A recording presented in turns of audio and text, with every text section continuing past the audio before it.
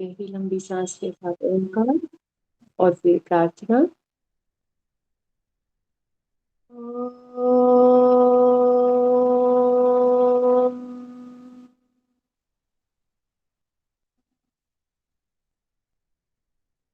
वसुदेव सुतं देवं कंसचाणूरमर्दनम्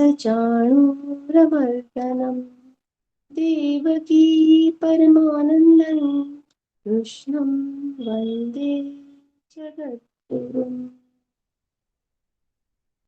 मन ही मन अपने गुरु को नमन करते हुए, अपने इष्ट देव को नमन करते हुए दोनों हथेलियों को रब करेंगे।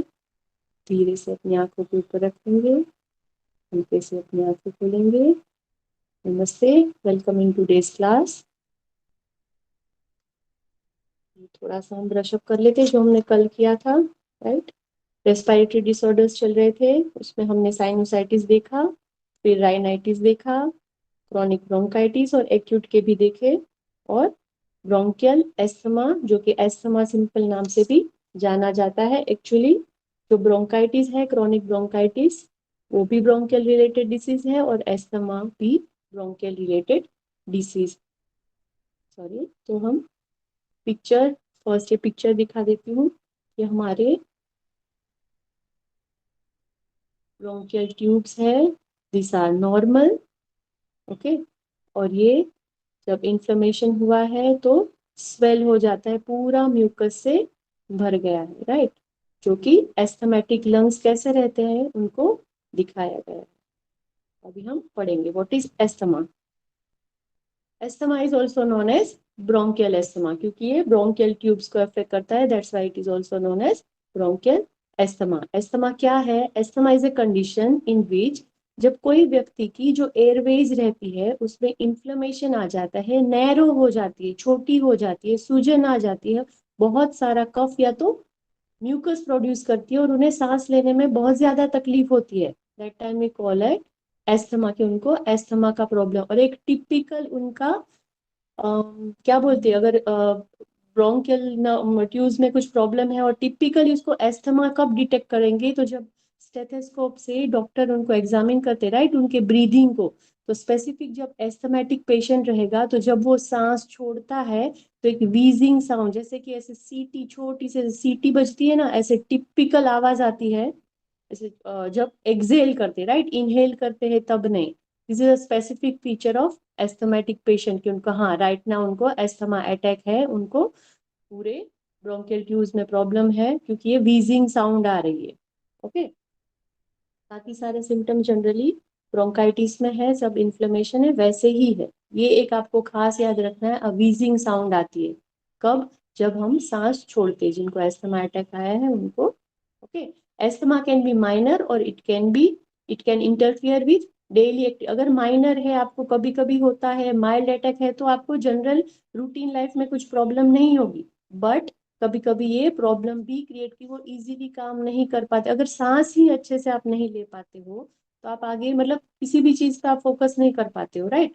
ब्रीदिंग ही तो मेन एक्टिविटी है, राइट, कि आप सांस अच्छे से लोगे तो सब चीजें अच्छे से होती है, पूरा फोकस है तो ब्रीदिंग में ही प्रॉब्लम। जैसे कोई गला दबा रहा है या तो चौक हो गया, वैसी फीलिंग उनको होती है एस्थमेटिक पर्सन को।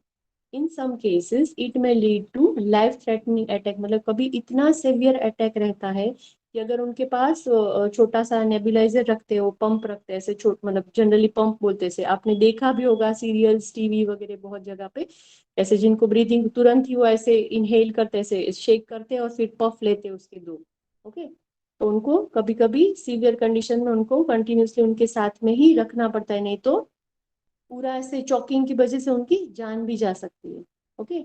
एस्थमा कैनॉट बी क्योर्ड, ये क्योर नहीं हो सकता है क्योंकि उनको प्रॉब्लम्स है, एलर्जी है बहुत सारी चीजों की, उनके ब्रोंकियल ट्यूब्स में प्रॉब्लम हो जाती है, और बहुत सारे अलग अलग लोगों को अलग अलग चीजों से एस्थमा प्रॉब्लम्स होती है, ओके। तो ऐसे बोला जाता है कि जनरली 100% कभी नहीं जाता है, मेडिकल लैंग्वेज में ये लोग बोलते हैं कि, बट उनके जो सिम्टम्स है उनको कंट्रोल किया जा सकता है। अगर एलर्जिक एस्थमा है तो एलर्जन से ही दूर रखो ताकि उनको एस्थमा अटैक ना आए। It is a chronic and recurrent condition, मतलब ये लंबे समय तक चलती है और घड़ी घड़ी आती रहती है, राइट। रेकर होती रहती है, जो भी चीज से आपको प्रॉब्लम है वो आपको हुआ और फिर एस्थमा अटैक आता है। It has a tendency to keep appearing for okay for years और इवन लाइफ टाइम, मतलब बहुत लंबे समय तक। कभी किसी को चाइल्डहुड एस्थमा रहता है तो जैसे वो बड़े हो जाते हैं ना, उनके लंग्स डेवलप होते हैं ना, तो वो कभी कभी चला भी जाता है, बट बहुत साल तक रहता है। बट कभी कभी वो जाता ही नहीं, लाइफ लॉन्ग ये प्रॉब्लम उनको कंटिन्यू रहती है। क्लियर है एस्थमा? ये उसका पिक्चर है कि क्या होता है एक्चुअली जब एस्थमा अटैक आता है तब। ये जो इनके ब्रोंकियल ट्यूब्स है उनमें स्वेलिंग आ जाती है, म्यूकस से भर जाता है, मतलब सांस ही इजीली अंदर बाहर नहीं जाएगी। जो इतनी बड़ी है डायमीटर, वो एकदम सिकुड़ के छोटा हो जाएगा, राइट, और उसमें बहुत सारा म्यूकस भी भर जाता है। और कॉजेस क्या बोले गए हैं? Asthma can be due to environmental and inherited factors, या तो आपको पर्यावरण से कोई चीज से प्रॉब्लम है, या तो वारसागत, बोलते हैं ना कि उनको हेरिडिटरी, उनके फादर को है, उनको दादा को था, या तो कोई भी ब्लड रिलेशन में किसी को था, इसलिए इनको भी एस्थमा का प्रॉब्लम है। Okay, exposure to various irritants and substance that trigger allergy can trigger science, मतलब अगर वैसी चीज से आपको प्रॉब्लम है, आपको एलर्जी है, उसके कांटेक्ट में आते हो तो उसके साइंस और सिम्टम्स तुरंत दिखने लगते हैं, इसके एस्थमा के। और जो ये ट्रिगर पॉइंट है वो अलग अलग लोगों में अलग अलग रहते हैं, राइट। किसी को पोलन से रहता है, किसी को पेट डेंडर से रहता है, बहुत सारी अलग अलग चीजों से सबको एलर्जी रहती है, राइट। या तो एयरबोर्न एलर्जन है such as pollen, dust mite, mold, spores, pet dander जो कि पेट में से ऐसे गिरते हैं छोटे छोटे कण वो, या तो पार्टिकल्स ऑफ कॉकरोच वेस्ट। और बहुत सारे लोगों को जो कबूतर रहते हैं, राइट, पीजन, उनमें से भी एक वाइट कलर का कुछ तो गिरते हैं पार्टिकल्स, उनको भी, बहुत सारे लोगों को भी उनसे एलर्जी रहती है। या तो स्किन डिसीज एक्जिमा भी हो सकता है। अगर रेस्पिरेटरी इन्फेक्शन है सच एस कॉमन कोल्ड, तो उससे भी एस्थमा के सिम्टम्स आने लगते हैं, अगर लंबे समय तक ये कंटिन्यू रहता है। तो फिजिकल एक्टिविटीज, अगर आप बहुत ही स्ट्रेनियस एक्टिविटीज करते हो तो भी आपको कभी प्रॉब्लम होने लगता है। अगर ठंडी हवा है तो उससे भी होता है। एयर पोल्यूटेंट्स और इरिटेंट्स जैसे कि केमिकल्स के फ्यूम्स, गैसेस, डस्ट, या तो स्ट्रॉन्ग इमोशन, या तो बहुत खुशी, या तो बहुत कुछ तो ऐसे शॉकिंग चीज सुनने को मिलती है, इमोशंस में दोनों आ जाते हैं, मतलब सैडनेस और हैप्पीनेस, और बहुत सारा स्ट्रेस है तो भी एस्थमा अटैक आ सकता है। यहाँ तक क्लियर है? व्हाट इज एस्थमा, कहाँ पे ये इफेक्ट करता है? Anyone any doubt? कोई प्रॉब्लम नहीं है ना, एकदम सिंपल है। ब्रोंकियल ट्यूब्स में इफेक्ट करता है, नैरो हो जाती है तो सांस लेने में तकलीफ पड़ती है, और स्पेसिफिक एक वीजिंग साउंड जब वो एक्सेल करते हैं एस्थमेटिक पेशेंट, तब ये वीजिंग साउंड उनको सुनाई देती है, राइट। सिम्टम्स देखिए, अभी किसी को डाउट है? पास नहीं हो रहा है ना? No ma'am. हेलो। ओके, तो एस्थमा के सिम्टम्स में क्या क्या आता है? It includes shortness of breath, थोड़ा सा मिस्टेक है, शॉर्टनेस ऑफ ब्रेथ मतलब सांसें से, वो छोटी छोटी सांसें लेते हैं और उसको गैस्प करना पड़ता है सांस लेने के लिए, से लंबी डीप ब्रीथ वो नहीं कर पाते, राइट। उनको चेस्ट टाइटनिंग फील होती है, ऐसे छाती में ऐसे लगता है कि एकदम ऐसे हैवी हो गई, और या तो पेन हो रहा है। वीजिंग, ये मैंने बोला था कि ऐसे विसल जैसी आवाज आती है while exhaling, which is a common sign of asthma in children. Okay, trouble sleeping cause by shortness of breath, वो सांस ही अच्छे से नहीं ले पाते, इसलिए वो सो भी नहीं पाते, राइट। उनको कभी कभी मुंह भी, जनरली वो मुंह खुला रखते हैं जब एस्थमा अटैक आया रहता है तो। और कफिंग भी होता है और वो वीजिंग भी होता है। स्पूटम या तो म्यूकस जो कि बोलते हैं वो बहुत ज्यादा प्रिपेयर हो जाता है, खांसी भी आती है, नाक भी बहने लगता है, और ज्यादा अगर इन्फ्लेमेशन हो गया, ज्यादा म्यूकस हो गया तो फीवर भी आ जाता है। प्रिकॉशन क्या है कि कैसे हम उनको प्रिवेंट कर सकते हैं, राइट। तो what are the precautions for asthma? जैसे कि आप रेगुलर एक्सरसाइज करो ताकि आपके लंग्स या तो सभी बॉडी पार्ट्स इजीली मूव करें, और स्पेशली जो ब्रीदिंग से आपके लंग्स को फायदा होता है, राइट, ये ब्रोंकल ट्यूब्स को ही अफेक्ट करता है, तो regular exercise is a must. Proper diet भी चाहिए, कफ वाली चीजें, ठंडी चीजें जो भी है वो नहीं लेना चाहिए अकॉर्डिंग टू ऋतुचर्या हमें खाना चाहिए, ओके, प्रॉपर रेस्ट लेना चाहिए, ज्यादा स्ट्रेस नहीं लेना चाहिए, stay in the environment with clean है, क्योंकि बहुत सारे लोगों को एयरबोर्न चीज मतलब पॉल्यूटेंट से भी प्रॉब्लम होती है, तो साफ हवा में रहना चाहिए। जिनको स्मोकिंग की आदत है उनको अवॉइड करना चाहिए। अगर पॉल्यूटेड एनवायरनमेंट है तो मास्क यूज करना चाहिए, और गर्म हवा मतलब गर्म एटमोसफियर जहाँ पे गर्म हो, वार्म हो, वहां पे रहना, ज्यादा ठंडी जगह पे नहीं रहना चाहिए, right. Stay away from strong smell, जैसे कि परफ्यूम्स है, अगरबत्ती की स्मेल रहती है, तो दूसरी कोई स्ट्रॉन्ग जैसे कि पेंट्स की स्मेल है उससे दूर रहना चाहिए। और जो हम जिससे हमें एलर्जी है, जिससे एस्थमेटिक पर्सन को एलर्जी क्रिएट होती है, उससे जितना पॉसिबल हो उतना दूर रहना चाहिए। ये पीएफटी या तो पल्मोनरी फंक्शन टेस्ट है, जो लंग्स के लिए जनरली अस्थमा पेशेंट को करवाया जाता है। ऐसे होलो ट्यूब जैसा रहता है, उसमें से जोर से फूंक मारने को बोला जाता है, फिर उनका टेस्ट करते कि इनकी लंग्स कैपेसिटी कितनी है, ओके। और इनको बोला जाता है कि हार्ट चेकअप भी रेगुलर होना चाहिए। अगर उनकी एलोपैथिक ट्रीटमेंट या तो मेडिसिन जो बोलते हैं, तो उनको ब्रोंको डायलेटर, इनहेलर या तो नेबुलाइजर। नेबुलाइजर थोड़ा बड़ा रहता है, जो उसमें जो चीज यूज करते हैं that will be in a liquid form. Inhaler में that will be in a powder form. से छोटे पफ रहते हैं, आप सभी ने देखे होंगे सीरियल्स में कैसे करते हैं, पफिंग करते हैं। नेबुलाइजर छोटे बच्चों को ज्यादातर दिया जाता है, जैसे नाक पे लगाते हैं, और उसमें रेस्प्यूल्स रहते हैं, उसमें लिक्विड फॉर्म में रहता है, वो इवापोरेट होके फिर ऐसे ब्रीदिंग करवाया जाता है, ताकि वो जो उनकी से कॉन्ट्रैक्ट हो गई है उनकी ट्यूब्स, वो थोड़ी डायलेट हो जाए और वो इजीली ब्रीथ कर पाते हैं, राइट। उनको ब्रोंको डायलेटर बोला जाता है। फिर बहुत ज्यादा इन्फ्लेमेशन है तो उनको स्टीरॉइड्स भी देते हैं, या तो एंटी इन्फ्लेमेटरी मेडिसिन भी प्रिस्क्राइब की जाती है। This is according to allopathic medicine, okay, just ऐसे ही डाला था।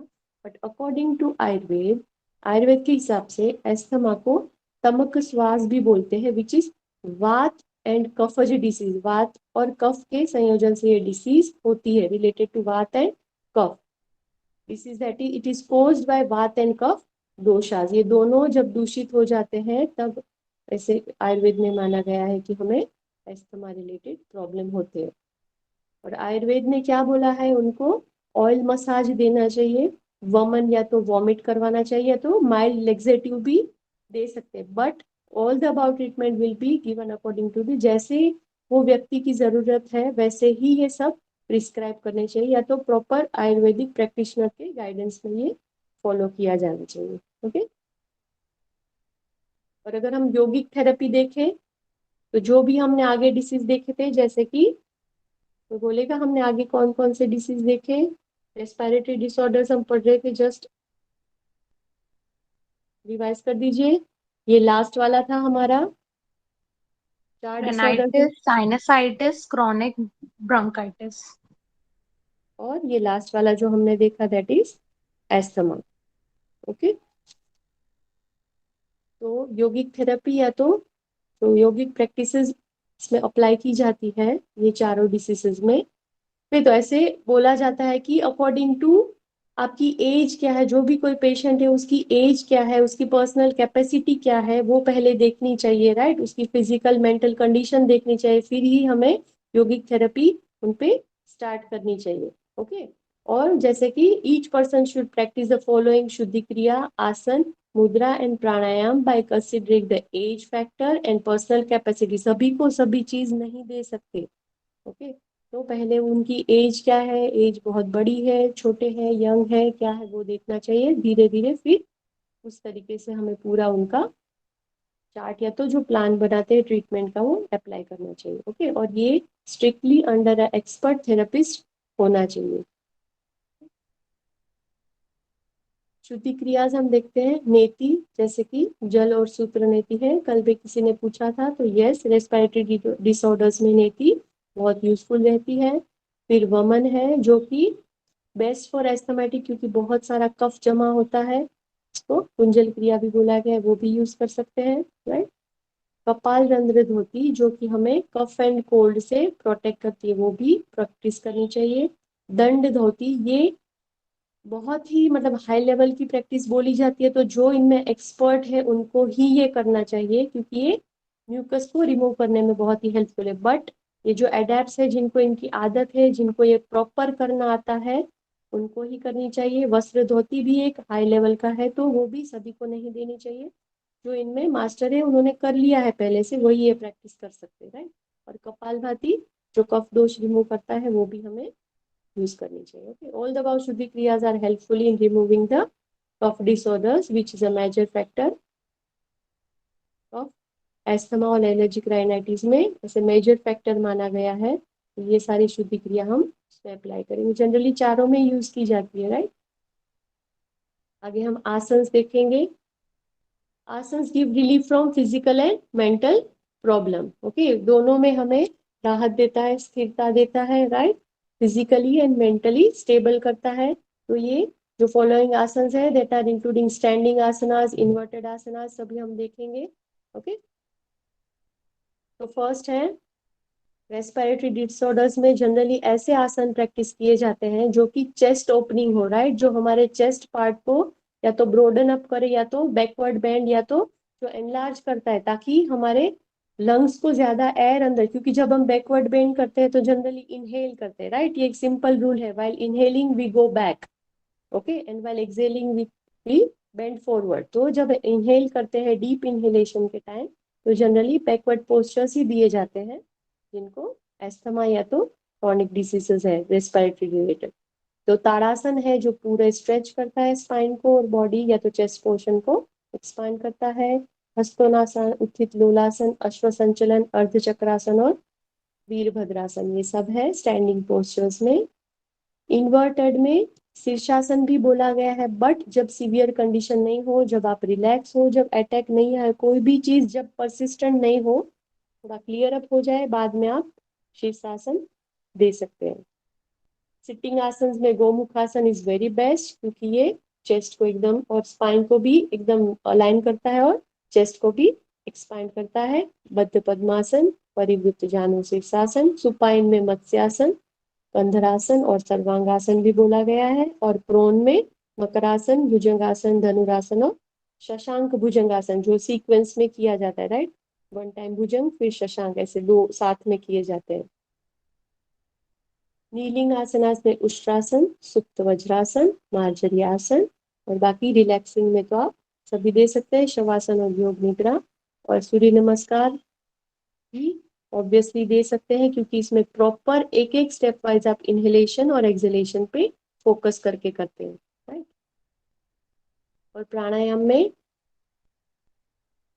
को बोला गया है कि सभी रेस्पिरेटरी सिस्टम के रिलेटेड प्रॉब्लम्स को सॉल्व करने में बहुत ही हेल्पफुल है। तो जनरली ये, क्योंकि उनको कफ ज्यादा बढ़ गया है, तो राइट विल नॉट गिव, जो ठंडे है या तो शीतली जैसे रोग हम प्रिस्क्राइब नहीं करेंगे। ओके, जिनको एसिडिटी है उनके लिए अच्छी है, बट जिनको ऑलरेडी पहले से ही म्यूकस बढ़ा हुआ है, तो उनको हम वैसे प्राणायाम नहीं रिकमेंड करेंगे। जनरली नाड़ी शोधन, भस्त्रिका, उज्जयी एंड सूर्य भेदन आर रिकमेंडेड। ओके, और जो भी ये सारी प्रैक्टिसेस है, योगिक प्रैक्टिसेस, वो पहले हमें सिम्टम्स देखने चाहिए कि क्या है क्या नहीं। और जब थोड़ी से नॉर्मल हो जाए उनके सिम्टम्स, थोड़े से वो नॉर्मल कंडीशन में आ जाए, तब हम हमें प्रैक्टिस चालू करनी चाहिए, वो भी एक एक्सपर्ट योगा थेरेपिस्ट के अंदर। ओके, और ये सारे जो लिए गए थे आसन प्राणायाम, वो ये बुक्स में से रेफर करके लिए गए। ये सिंपल मैंने अपने लिए एक चार्ट बनाया था, राइट। षटकर्म, जो कि जनरली सभी जो हमारे डिसीजेज हैं हमारे सिलेबस में, उसके रिलेटेड, तो एक छोटा सा चार्ट है। If you want to write down, आप लिख भी सकते हैं, और नहीं तो बाद में मैं ग्रुप पे भी डालने वाली हूँ। ये सभी को मालूम ही होगा, ये सब पढ़ चुके हैं, बट ऐसे शॉर्ट में एक ब्रीफ एक जगह पे आ जाए इसलिए। कि shatkarma are the 6 actions which balance our Ida and Pingala nadi, वो हमारे तीनों दोषों को बैलेंस करने के लिए यूज किया जाता है। तो धोती है जो कि cleansing of stomach and alimentary canal या तो डाइजेस्टिव ट्रैक के लिए यूज की जाती है, और वो हमें सभी जो हमारे स्टमक एलिमेंट है उनमें हेल्पफुल है। वो indigestion, constipation, irritable bowel syndrome और हाइपर एसिडिटी में भी यूजफुल है। और ये हम पढ़ चुके हैं ग्रंथ संहिता में, सब क्या क्या इसके अंडर आता है, राइट। अंतर्धोती, दंत धोती, रिद्ध धोती एंड मूल शोधन। तो ये सिंपल चीजें हैं। कि वारिसार मतलब शंख प्रक्षालन, जो पूरी हमारे इंटेस्टाइन रिलेटेड प्रॉब्लम्स को क्योर करती है। और अगर मंद अग्नि है तो वहनिसार धोती, बट अगर अल्सर्स है तो यू शुड नॉट प्रैक्टिस वहनिसार, या तो अग्निसार नहीं करना चाहिए, क्योंकि ये ज्यादा ही डाइजेस्टिव फायर को बढ़ाता है। बट अगर इंडाइजेशन है तो you can practice this. Okay, फिर रिद्ध धोती है, जिसमें कुंजल भी आ जाता है। जिनको कफ और पित्त के डिसऑर्डर्स है they should surely practice Kunjal क्रिया या तो वमन। और ये अपर डाइजेस्टिव ट्रैक्ट यानी कि स्टमक तक की जो अपने है उनको क्लियर करने में हेल्पफुल है। और व्याघ्री क्रिया भी है, आफ्टर 3 आवर्स ऑफ ईटिंग जो भी पड़ा रहता है, जो अनडाइजेस्टेड फूड हमारे स्टमक में पड़ा रहता है, उनको क्लियर अप करने के लिए व्याघ्री क्रिया प्रैक्टिस की जाती है। ओके, जो कि हमारे अनडाइजेस्टेड फूड को, सॉरी मैंने छोटा किया, वो नीचे दिख नहीं रहा था। मूल शोधन जो कि कॉन्स्टिपेशन के लिए बहुत ही अच्छा है, हमारे डाइजेस्टिव फायर को भी बढ़ाता है। बस्ती है, जल बस्ती और स्थल बस्ती, जिसको यौगिक एनिमा भी किया बोला गया है, जो कि हमारे लार्ज इंटेस्टाइन या तो कोलोन पार्ट में हेल्पफुल है। तो ये सिंपल चीजें, कॉन्स्टिपेशन, होमोरेड जो कि पाइल्स, फिशर्स, ब्लोटिन जो कि गैस का प्रॉब्लम है, इंडाइजेशन का, कफ एंड पिथ डिसऑर्डर्स को रिमूव करने में बस्ती इज वेरी हेल्पफुल। फिर नेति है, कल हमने डिस्कस किया था कि अपर रेस्पिरेटरी जो कि स्टार्टिंग में आते हैं उनको साइनोसाइटिस और राइनाइटिस में तो बहुत ही हेल्पफुल है। ऑब्वियसली अस्थमा में भी है। तो ये नेजल पैसेजेस को क्लीन रखती है, म्यूकस एंड पोल्यूशन से हमें बचाती है, रिमूव्स एंड प्रिवेंट्स रेस्पिरेटरी, बढ़ने से ही रोक देती है, क्योंकि आगे आगे से ही हम उसको अंदर एंटर नहीं होने देते। और neti is known as the ENT specialist, ear nose and throat specialist, right. ये किस में काम आती है, तो अगर ऑप्शंस में भी क्वेश्चंस में दिया जाए कि हमें अगर साइनोसाइटिस है या तो राइनाइटिस है तो क्या क्या चीजें प्रैक्टिस करनी चाहिए, और ऑप्शंस में है तो you should surely go for नेति। साइनोसाइटिस, राइनाइटिस, हेडेक, माइग्रेन में भी यूजफुल है। अगर आई साइट वीक है, क्योंकि ईयर नोज एंड थ्रोट, तो आई साइट भी वही पार्ट, मतलब अपने आईज को भी रिलैक्स करते हैं जब हम प्रैक्टिस करते हैं नेति का। तो ओके, मतलब पूरा अपर जो हेड रीजन है उनके लिए नेति बहुत ही अच्छी मानी गई है। अगर आंखों में थकान है तो भी नेति कर सकते हैं। वाटरी आईज है या तो कानों में माइल्ड एलिमेंट है तो भी यू कैन प्रैक्टिस नेति। और ये थ्रोट के इन्फेक्शन को भी रिमूव करता है। दिस इज नोवली या तो लोली की। जब रेस्पिरेटरी, यूरिनरी और रेस्पिरेटरी मसल्स को स्ट्रेंथन करती है, राइट। और helpful for indigestion, loss of appetite, sorry मैं थोड़ा सा छोटा कर रही हूँ। okay? और इंटेस्टिनल वर्म्स है उसमें भी लॉली की हेल्पफुल है। ये एक्सेस वात को रिमूव करती है और बैलेंस करती है अपने adrenal components of endocrine system को। ओके, लास्ट है त्राटक एंड कपालभाति, वो हम कब प्रैक्टिस करते हैं। त्राटक is used for eyes and nervous system problems, helpful to relieve eye strain, short sightedness, far sightedness, जिसको ये मायोपिया सभी को मालूम है, right. What is myopia? Hello, yes. Myopia क्या है और किस में देखा जाता है जनरली? बड़ों ओल्ड में? एज में होता है मैम ये मायोपिया। बच्चों में नहीं होता? ये फार फार साइटेडनेस तो जहाँ तक मुझे याद है ये मतलब यंग्स में होता है। और जो मायोपिया है ये जो नजदीक में जब हम लोग नजदीक का नहीं दिखता है ना वो जनरली ओल्ड ओल्ड पर्सन में होता है। I think myopia is in children, कि वो नजदीक का देख पाते हैं और उनको दूर का नहीं दिखता है, इसलिए इनको चश्मे लगते हैं। Yes ma'am, yes myopia ma'am. Children में देखा जाता है। आप जो बोल रहे हो प्रेसबायोपिया, प्रेसबायोपिया यस, बड़ों में देखा जाता है आफ्टर 40, जनरली नजदीक का नहीं तो दिखता है। हाँ, जो हम लोग अभी रीडिंग के ग्लासेस यूज करते हैं, राइट, अगर बच्चों को है दैट इज मायोपिया, उनको नजदीक का दिखता है बट दूर का नहीं दिखता है, दैट इज मायोपिया। और उसमें भी ये त्राटक इज वेरी बेनिफिट, और इसके ऊपर बहुत सारे रिसर्च भी हो चुके हैं, राइट। ये आंखों के बहुत सारे प्रॉब्लम्स को सॉल्व करता है। इंसोम्निया में भी हेल्पफुल है, मेंटल टेंशन इसमें भी, और ये मेमोरी और कंसंट्रेशन लेवल भी बढ़ाता है। लास्ट है कपालभाति, जो साइनसेस में से हमने पहले भी बोला था कि म्यूकस जो साइनस में भर गया है उसको रिमूव करता है, relax facial muscles and nerves, जो removes defect of lungs that is trachea wind pipe because free from, मतलब ये हमें एस्थमा में प्रैक्टिस करवाना चाहिए, राइट। कपालभाति, ब्लड भी प्यूरिफाई होता है, that is because since they take more oxygen inside, okay. और मेंटल डिसऑर्डर्स में भी, और ऑटो इम्यून नर्वस सिस्टम को बैलेंस करता है, और जो हमारी वीक मेमोरी है उसको भी ये इम्प्रूव करता है। तो ये सिंपल ऐसे ही मैंने लिखा था तो साथ में कर दिया।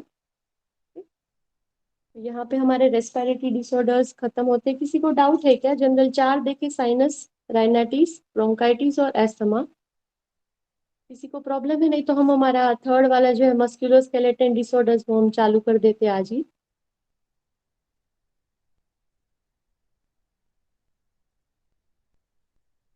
Hello, please anyone reply. Yes ma'am, चालू कर दो। एक जनवरी 2017 में एक क्वेश्चन पूछा गया था कि साइनोसाइटिस में सबसे ज्यादा महत्वपूर्ण योगाभ्यास क्या है, राइट। हिंदी में ही पढ़ रही हूँ मैं। 4 ऑप्शन है, मैं एक एक ऑप्शन बोलूंगी, आप हाँ या ना बोलते जाइए, क्योंकि ये पूरा ऐसे 1 2 3 या तो ABC ऐसे ऑप्शंस दिए गए। जब मैं प्रेजेंट करूंगी स्क्रीन पे तब तो होगा ही, जस्ट ये अभी हमारा खत्म हुआ तो पूछ लेती हूँ। साइनोसाइटिस में क्या क्या इंपॉर्टेंट है? नेति क्रिया, यस और no? Yes ma'am. Yes. Yes ma'am.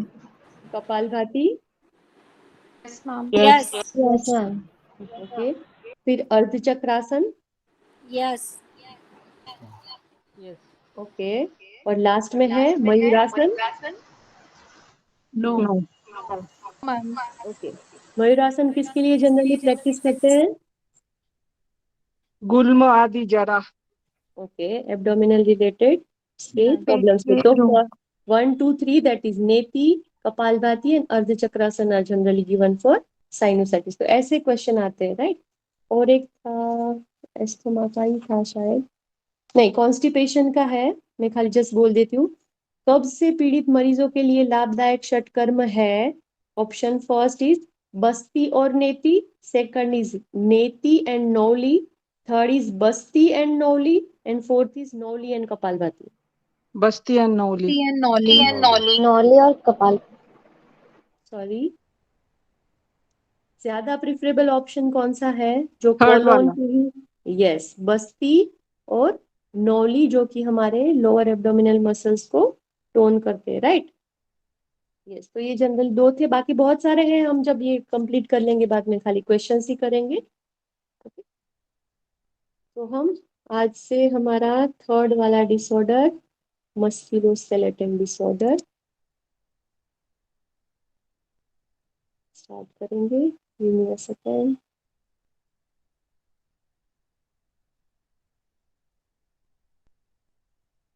Thank you Kunj ji. मुझे लग रहा है ऐसे मुझे बोला जाता है कि मैं जनरली बहुत फास्ट जाती।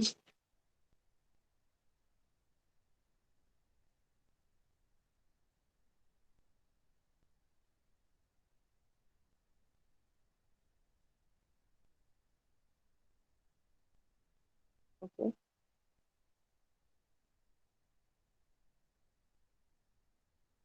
तो आज से शायद इसको 2 दिन लगेंगे। मस्कुलोस्केलेटन थोड़ा सा लंबा है, और इसमें हमारे जो 4 है, arthritis, back pain, IVDP that is intervertebral disc prolapse and spondylosis, ये 4 हम जो हमारे सिलेबस में इनको हम कवर करेंगे। बट ये 4 ही नहीं है, ओके। इसके अंदर भी बहुत सारे आर्थराइटिस में भी हम osteo arthritis, rheumatoid arthritis, gout and ankylosing arthritis, spondylosis में भी cervical, thoracic, lumbar and multi level वो भी पढ़ेंगे। और बैक पेन के रिलेटेड भी बहुत सारी चीजें हैं, जैसे कि टॉर्टिकोलिस, स्कोलियोसिस, विप्लैश इंजरी, वो हम आगे देखेंगे। मतलब ये थोड़ा लंबा है, इट विल टेक 2 days। आज और कल में हम इसको खत्म करेंगे, ओके। धीरे धीरे जाएंगे because it is very important. जो आगे वाले 2 है, गैस्ट्रोइंटेस्टिनल और रेस्पिरेटरी, वो इजी थे आपको उसके सिम्टम्स, और क्योंकि वो एक छोटी जगह पे होते हैं और हमें मालूम है कि यहाँ यहाँ पे फोकस किया तो व्हाट हमें उनको क्या यौगिक ट्रीटमेंट देनी चाहिए। बट ये थोड़ा सा, मतलब ये आपको लाइफ लॉन्ग ये काम आने वाला है, दिस मस्कुलोस्केलेटन डिसऑर्डर। तो आप अच्छे से याद रखेंगे, अच्छे से पढ़ेंगे, डाउट हो तो पूछो। इसमें बहुत सारे मतलब मेडिकल टर्म्स भी है तो मैं डिस्क्राइब करती जाऊंगी, ओके। सो आज से हम जो स्टार्ट कर रहे हैं दैट इज मस्कुलो स्केलेटल, मतलब नाम से ही मालूम है कि मसल्स और स्केलेटल सिस्टम से रिलेटेड डिसऑर्डर्स। मैम आपने इसका पीडीएफ सेंड किया क्या? दोनों का ना, इन दोनों का, रेस्पिरेटरी और गैस्ट्रो का नहीं किया है। नहीं नहीं, मैं कर देती हूँ, आज ही कर देती हूँ, खत्म हुआ ना मैं दोनों। ये मस्कुलर स्केलेटल डिसऑर्डर का चाहिए था मैम मुझे। हाँ मैं भेजूंगी ना तीनों, वो दोनों भेज देती हूँ, ये जैसे ही खत्म होगा, क्योंकि फिर आपके पास पीडीएफ रहेगा, बट जो बहुत सारे इसमें ना टर्म्स थोड़े मेडिकल लेवल के यूज किए, तो एक बार आप पढ़ लो, जी जी। तो फिर आपको डाउट नहीं रहेगा। नहीं तो फिर आपको ढूंढने बैठना पड़ेगा ये क्या टर्म यूज किया, क्योंकि ये जो हमारे फिजियोथेरापिस्ट थे ना, हमारे मैम, उन्होंने ये पढ़ाया था तो बहुत अच्छे से लिया था, और टर्म्स भी मतलब उनके लेवल के हैं थोड़े। तो जी ओके, पहले आप पढ़ लीजिए, बाद में मैं तुरंत कल शायद अपना खत्म होगा तो मैं कल ही शेयर कर दूंगी, फिर आपका जी पेपर मैम। सॉल्विंग भी रहेगा। ओके, जी मैम जी। So from today musculoskeletal disorders, इसमें हम सिलेबस के अनुसार 4 पॉइंट कवर करने वाले, एक arthritis, back pain, IVDP and spondylosis. किसी का माइक चालू है क्या? राधिका मैम आपका शायद चालू है। ओके, तो ये जो मैंने बोला कि ये 4 है, पर इसके अंदर भी बहुत सारे सब टॉपिक्स हैं जो हम पढ़ेंगे, इतने डेप्थ में नहीं जाएंगे तो भी चलेगा, बट अच्छे से पढ़ते हैं, राइट? अगर कुछ बाय चांस कोई प्रॉपर नाम आ गया कि गाउट है, ऐसे टॉर्टिकोलिस है, स्कोलियोसिस, ऐसे भी पूछ सकते हैं, तो भी हमें ये जनरल मालूम होना चाहिए कि कहाँ पे कैसे और क्यों होता है, और क्या इसकी यौगिक ट्रीटमेंट होनी चाहिए। ओके, तो ये सब हम आप अच्छे से देख लीजिए, ये सब चीजें हम पढ़ने वाले हैं, थोड़ा सा लंबा है तो फोकस करके पढ़ेंगे। ओके, तो फर्स्ट वाला था आर्थराइटिस, उसमें हम 4 चीजें पढ़ेंगे, osteo, rheumatoid, gout and ankylosing. Definition क्या है? आर्थराइटिस मतलब आर्थर मतलब बोन, आइटिस मतलब इन्फ्लेमेशन। तो जब बोन के पार्ट में इन्फ्लेमेशन होता है then we generally call as arthritis. और ये वर्ड बहुत ही कॉमन है, जब एजेड लोगों को आप बोलते सुनते हैं, मतलब 50 या 45 क्रॉस करते, तो बहुत सारे लोगों को ये प्रॉब्लम्स होने लगती है कि अरे मुझे आर्थराइटिस का प्रॉब्लम है, मुझे ये दुख रहा है, सुबह सुबह उठते हैं तो पूरा ऐसे जकड़ गए रहते हैं। वैसे सिंपल चीजें आपने डे टू डे लाइफ में, या तो घर में भी बहुत सारे लोग रहते हैं जो एजेड है, उनको भी ये प्रॉब्लम्स होती रहती, तो सुना ही होगा। Okay, what is arthritis? जब wear and tear of joint causes degeneration of joint structure, results in pain, swelling, stiffness and in later stages deformities। जब कोई भी जॉइंट को wear and tear, मतलब जब हम उनको कोई भी चीज ऐसे रेगुलर, ऑब्वियसली हमारे जॉइंट्स इसलिए ही दिए गए हैं बॉडी में ताकि हम फ्रीली और इजीली काम कर पाते, राइट? अगर जॉइंट्स ऐसे स्टिफ हो जाए तो नहीं कर पाए, तो रेगुलरली में हमारे छोटे छोटे छोटे या तो बड़े जो भी जॉइंट्स हैं वो हम रेगुलर यूज करते हैं, बट उसमें धीरे धीरे धीरे घसाव या तो घिसने लगते हैं, और वो भी कंडीशंस बहुत सारी है, वो हम आगे देखेंगे। और जो जॉइंट है उनके स्ट्रक्चर में चेंज होने लगता है, पेन होने लगता है, स्वेलिंग आने लगती है, तो जकड़ जाते हैं, और कभी कभी तो लेटर स्टेज में वो पूरे जॉइंट्स ही डिफॉर्म्ड होता है, मतलब उनका स्ट्रक्चर ही चेंज हो जाता है। ओके, और अगर आयुर्वेदिक टर्म भी बोले तो आर्थराइटिस को क्या बोला है? संधिवात। संधि मतलब जॉइंट, और ये वात मतलब संधि में जब वात रिलेटेड प्रॉब्लम होता है। और यस, आर्थराइटिस वात रिलेटेड प्रॉब्लम है, जैसे कि एस्थमा कैसे वात और कफ से होता है, वैसे ये वात जब क्या बोलते हैं इसका प्रॉपर हिंदी word मुझे नहीं, वात जब बिगड़ जाता है, ओके, दूषित हो जाता है, तब हमें आर्थराइटिस के सिम्टम्स दिखने लगते हैं। एग्रावेटेड दोषेस attack weak joints and create, जो हमारे नाजुक नाजुक जॉइंट है उनके ऊपर अटैक करते हैं और हमें आर्थराइटिस के सिम्टम्स दिखने लगते हैं। तो वैसे मेडिकल में ऐसे बोला गया है कि 100 टाइप के, मतलब 100 types of arthritis are identified, while osteoarthritis जिसको अस्थिगत वात बोलते हैं, और रूमेटॉइड आर्थराइटिस को संधिगत वात बोलते हैं, या तो आम वात बोलते हैं। ये दोनों कॉमन है। ओके, बाकी तो बहुत सारे हैं, मोर देन 100, बट ये दोनों जनरली मतलब आपके सामने आए होंगे कि इसको ऑस्टियो आर्थराइटिस है या तो रूमेटॉइड आर्थराइटिस। अभी इसको हम डिटेल में देखेंगे, ऑस्टियो एंड रूमेटॉइड। ओके, वैसे आप भी लिख सकते हो कि arthritis generally in 2 main types, osteoarthritis, rheumatoid, और फिर बाद में हम देखेंगे गाउट भी और एंकाइलोसिंग, बट ये उसके मेन माने जाते हैं। तो सिम्टम्स क्या है, अगर आर्थराइटिस है तो वो पर्सन को क्या क्या सिम्टम्स दिखते हैं, या तो जो भी जॉइंट पे, या तो जो भी जॉइंट उसका अफेक्ट हुआ है, जहाँ पे आर्थराइटिक प्रॉब्लम है, जो भी जॉइंट, अगर मुझे नी में है या तो एल्बो में है या तो कहाँ पे भी है मुझे आर्थराइटिस, तो वहाँ पे रेडनेस सभी पॉइंट्स नहीं दिखते हैं। ओके, ये जनरल पॉइंट्स है, किसी किसी में एक पॉइंट, किसी में दो सिम्टम्स दिखते हैं, सब नहीं दिखते हैं। ओके, तो कभी कभी वो जॉइंट पे रेडनेस होता है, कभी स्वेलिंग आ जाती है, कभी वो सॉफ्ट फील हो रहा है, ऐसे टेंडरनेस, ऐसे क्या बोलते हैं उसका हिंदी वर्ड, क्या बोलते हैं टेंडर को, वो जॉइंट पूरा ऐसे सॉफ्ट हो जाता है, एग्जैक्ट वर्ड क्या बोलते हैं टेंडरनेस को? कोमल। ओके, उनको टेंडर फील होता है। अगर वो जॉइंट पे आप हाथ भी रखे ना तो आपको गरम गरम लगेगा, जैसे कि हम कोई भी वैक्सीन या तो इंजेक्शन देते हैं और वो पॉइंट पे अगर हम हाथ रखें ना, that part you will feel warm. तो ऐसे उनको वो जॉइंट पार्ट पे भी वो वार्मथ फील होगी, वो लिंपिंग करके, मतलब लंगड़ा के, अगर पैरों में है they will walk limping. Okay, और लॉक हो जाता है जॉइंट, मतलब ऐसे फ्री मूवमेंट नहीं होती है, लिमिटेड मूवमेंट ही उनसे होती है, वो लॉक हो जाता है, ये तो स्टिफ हो जाता है। और जो range of loss of range of motion of that joint, मतलब अगर मेरा हाथ या तो फिस्ट में मूव करती है तो पूरी ऐसे राउंड मूव करती है, बट उनको अगर आर्थराइटिस है वो पार्ट में, तो पूरा उनका रेंज ऑफ मोशन चला जाएगा, इजीली मूव ही नहीं हो पाएगी, स्टिफ हो जाता है और वीक भी हो जाता है। तो ये टाइप्स है, जो ये जनरल सिम्टम्स थे आर्थराइटिस के। और ये जो मैंने बोला था जो पहले ही पिक्चर में था, ये चार हम पढ़ने वाले हैं। ठीक है,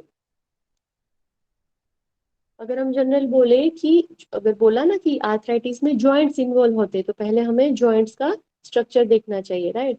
कि जॉइंट का स्ट्रक्चर क्या है, जब दो बोन्स मिलते हैं we call it as joint. Okay, और ये ब्लूइश कलर का आपको दिख रहा है, that is known as hyaline cartilage. Hyaline cartilage एक ट्रांसल्यूशेंट ब्लूइश व्हाइट कलर का कार्टिलेज रहता है, जो कुशनिंग देता है। ओके, और जाकि हमारे बोन्स के बीच में फ्रिक्शन ना हो, साइनोवियल फ्लूइड तो है ही ऑब्वियसली, बट ये एक हाइलिन कार्टिलेज दोनों बोन्स के एंड को कवर अप कर देता है, राइट, ताकि ये घिसे नहीं, फ्रिक्शन ना आए। ओके, तो फर्स्ट है articular surface of the bone, ये दोनों आर्टिकुलर सरफेस, जॉइंट कैप्सूल, ये पूरे कैप्सूल को हम जॉइंट कैप्सूल बोलते हैं।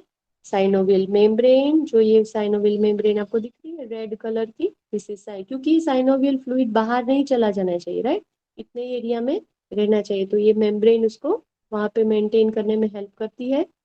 Cartilage, what is cartilage? जो ये हाइलिन कार्टिलेज मैंने बोला ब्लूइश व्हाइट कलर का रहता है, दैट इज कार्टिलेज, जो कि फ्रिक्शन से बचाती है और प्रोटेक्ट करती है बोन्स के एंड को।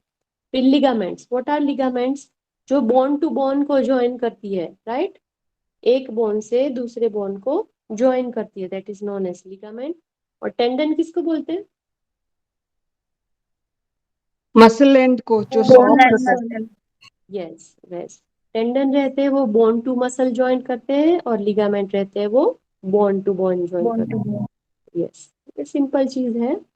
और साइनोवियल फ्लूइड, जो कि ये पूरा, मतलब हम क्या देख रहे थे, पूरा ये कैप्सूल है जॉइंट कैप्सूल, इसमें क्या क्या चीजें आती, क्योंकि हमें बेसिक एनाटॉमी मालूम होनी चाहिए, राइट, क्योंकि यहाँ पे ही कुछ चेंजेस होंगे और आर्थराइटिस डेवलप, तो ये जनरल हमें पिक्चर से क्लियर हो गया। Okay, osteoarthritis, generally osteoarthritis disease of hyaline cartilage. कहाँ पे है हाइलिन कार्टिलेज, कौन से कलर का बोला था मैंने? ब्लू ब्लू कलर का। कलर। यस, ये हाइलिन कार्टिलेज है और ये उसके रिलेटेड डिसीज है। There is no intense inflammatory changes in the initial stage, जब ये आर्थराइटिस स्टार्ट होता है, स्टार्टिंग स्टेज में है, तब कोई इन्फ्लेमेशन नहीं है, इंटेंस इन्फ्लेमेशन नहीं है। ओके, और ये क्या, एक सिंपल रूमेटॉइड जब देखेंगे ना, तब ये आप भूलना मत कि ऑस्टियोआर्थराइटिस और रूमेटॉइड में कंफ्यूज मत होना। Osteoarthritis is a disease of hyaline cartilage, एक सिंपल लाइन आपको याद रहनी चाहिए, ताकि जब हम रूमेटॉइड पढ़ने जाए तो कंफ्यूजन ना हो। ओके, और जब स्टार्टिंग में इसमें इन्फ्लेमेशन नहीं रहती, और इसके कॉजेस क्या है, ऑस्टियोआर्थराइटिस कैसे होता है? ओवरलोडिंग, ज्यादा वजन उठाना पड़ता है, या तो malalignment. What is malalignment? Alignment मतलब क्या? एक सिंपल लाइन में किसी के दांत रहते, अगर सिंपल एग्जांपल दे, एक जैसे एक लाइन में एकदम अच्छे से रहते, तो वी कॉल इट एज एकदम अलाइन है। ओके। और माल अलाइन मतलब टेढ़े मेढ़े आगे पीछे, that we known as malalignment. But जब बोन में भी ये होता है, that we known as malalignment of bones. कि जब ओवरलोडिंग होता है, वजन बढ़ता है, या तो वॉट एवर यू कोई भी रूटीन काम से भी ये होता है, जब माल अलाइनमेंट हो जाता है कोई भी बॉडी पार्ट में, इंस्टेबिलिटी रहती है, स्थिरता नहीं रहती है। Repeated micro trauma. Repeated micro trauma मतलब अगर रबर के एग्जांपल देखें ना, आप रबर को रोज खींचेंगे, रोज खींचेंगे, रोज खींचेंगे, तो एक टाइम ऐसा आएगा कि थोड़ा भी कुछ होगा और वो टूट जाएगा। राइट। माइक्रोटोमा में रिपीटिव मतलब थोड़ा थोड़ा थोड़ा थोड़ा रोज खराब होता जा रहा है। ओके। और एक फाइनल टच के लिए वो रुकता है कि थोड़ा भी कुछ ये लगा और वो टूट जाता है। राइट। रिपीटेटिव माइक्रोट्रोमा समझ में आया? Yes ma'am. कोई भी स्ट्रेस रहता है कोई भी टिश्यू के ऊपर। ओके। और यहाँ से फिर दूसरे सिम्टम्स चालू हो जाते हैं। ये चारों उसके कॉज है, एज की वजह से भी ये होता है। अगर आपकी ज्यादा एज है, घिसने लगते हैं बोन्स, या तो ये होता है। Altered forces across the joint will include cartilage degeneration। ये हम ज्यादा डेप्थ में altered forces मतलब अलग अलग तरीके के forces उसके ऊपर इंड्यूस होते हैं, तो भी हमारा कार्टिलेज डिजनरेट होने लगता है। It loses is ability to absorb even normal stress. इतना डिफॉर्म हो जाता है कि थोड़ा भी स्ट्रेस उसको, मैंने बोला ना, एक रबर को थोड़ा रोज रोज रोज खींचेंगे तो एक फाइनल टाइम आता है जब थोड़ा भी कुछ होता है तो वो टूट जाता है। राइट। तो वो एबिलिटी, जो नॉर्मल स्ट्रेस है उनको भी अब्जॉर्ब करने की एबिलिटी उनको लूज हो जाती है। This leads to various injuries to joint, और इसकी वजह से जॉइंट में इंजरीज भी होने लगती है। ये एक खास याद रखेंगे, the release of enzymes from these cells break down collagen and proteoglycans. What is collagen? Collagen एक प्रोटीन है जो कि हमारे कनेक्टिव टिश्यू में पाया जाता है, स्किन में, टेंडन में, बोन में और कार्टिलेज में। वो एक स्ट्रक्चरल सपोर्ट देता है टिश्यू को। तो वही उसको एक एंजाइम रिलीज होता है जो उनको ही तोड़ देता है। ओके। सॉरी। राइट। और ये प्रोटियोग्लाइकेन्स क्या है? प्रोटियोग्लाइकेन्स हाइड्रेशन प्रोवाइड करते हैं हमारे टिश्यू, जो कि मतलब विथस्टैंड कर सके कोई भी प्रेशर को। ओके। तो ये दोनों, release of enzyme from these cell breakdown collagen, ये दोनों को तोड़ देता है। मतलब उनका जो क्या बोलते हैं, टेंशन अब्सॉर्ब करने का स्टेमिना है वो जॉइंट का, वो चला जाता है। ओके। और ये जो हमारे जॉइंट है, जो हमने साइनोवियल पूरा ऐसे देखा कैप्सूल, तो जो उसमें जॉइंट स्पेस है वो धीरे धीरे धीरे टाइम के जाने से वो लॉस्ट हो जाती है। तो क्या हो जाएगा, दोनों जो आर्टिकुलेट वो हाइलिन काटी एकदम नजदीक आ जाएंगे। राइट। यहाँ यस की मैम। ये जो है, ये गैप अपने आप ही कम होता जाएगा, तो क्या होगा? ओके। ये बोलना चाह रही हूँ। The joint space is progressively lost over a time. Formation of new bone at the margins of joint, that is osteophytes। ये हम पिक्चर से देखेंगे। ये छोटे छोटे आपको दिख रहे हैं बोन्स? पिक्चर क्लियर है सभी को? यहाँ पे, यहाँ यस पे मैम। भी है। ओके। ये अपने आप ही डेवलप होने लगते हैं। ओके। और ये जब घिसता है, ये प्रेशर देता है, तो ये स्मूथ होने चाहिए ना, कि ऐसे अगर ये बम्प्स जैसे आ गए तो इनको पेनफुल कंडीशन में चला जाएगा। देखिए ये कैसा हो गया है पूरा, और ये नॉर्मल है। Okay. Formation of new bones at the margin of joint, जैसे ऑस्टियोफाइट्स डेवलप होने लगते हैं जब हमने देखा ना मार्जिन पे।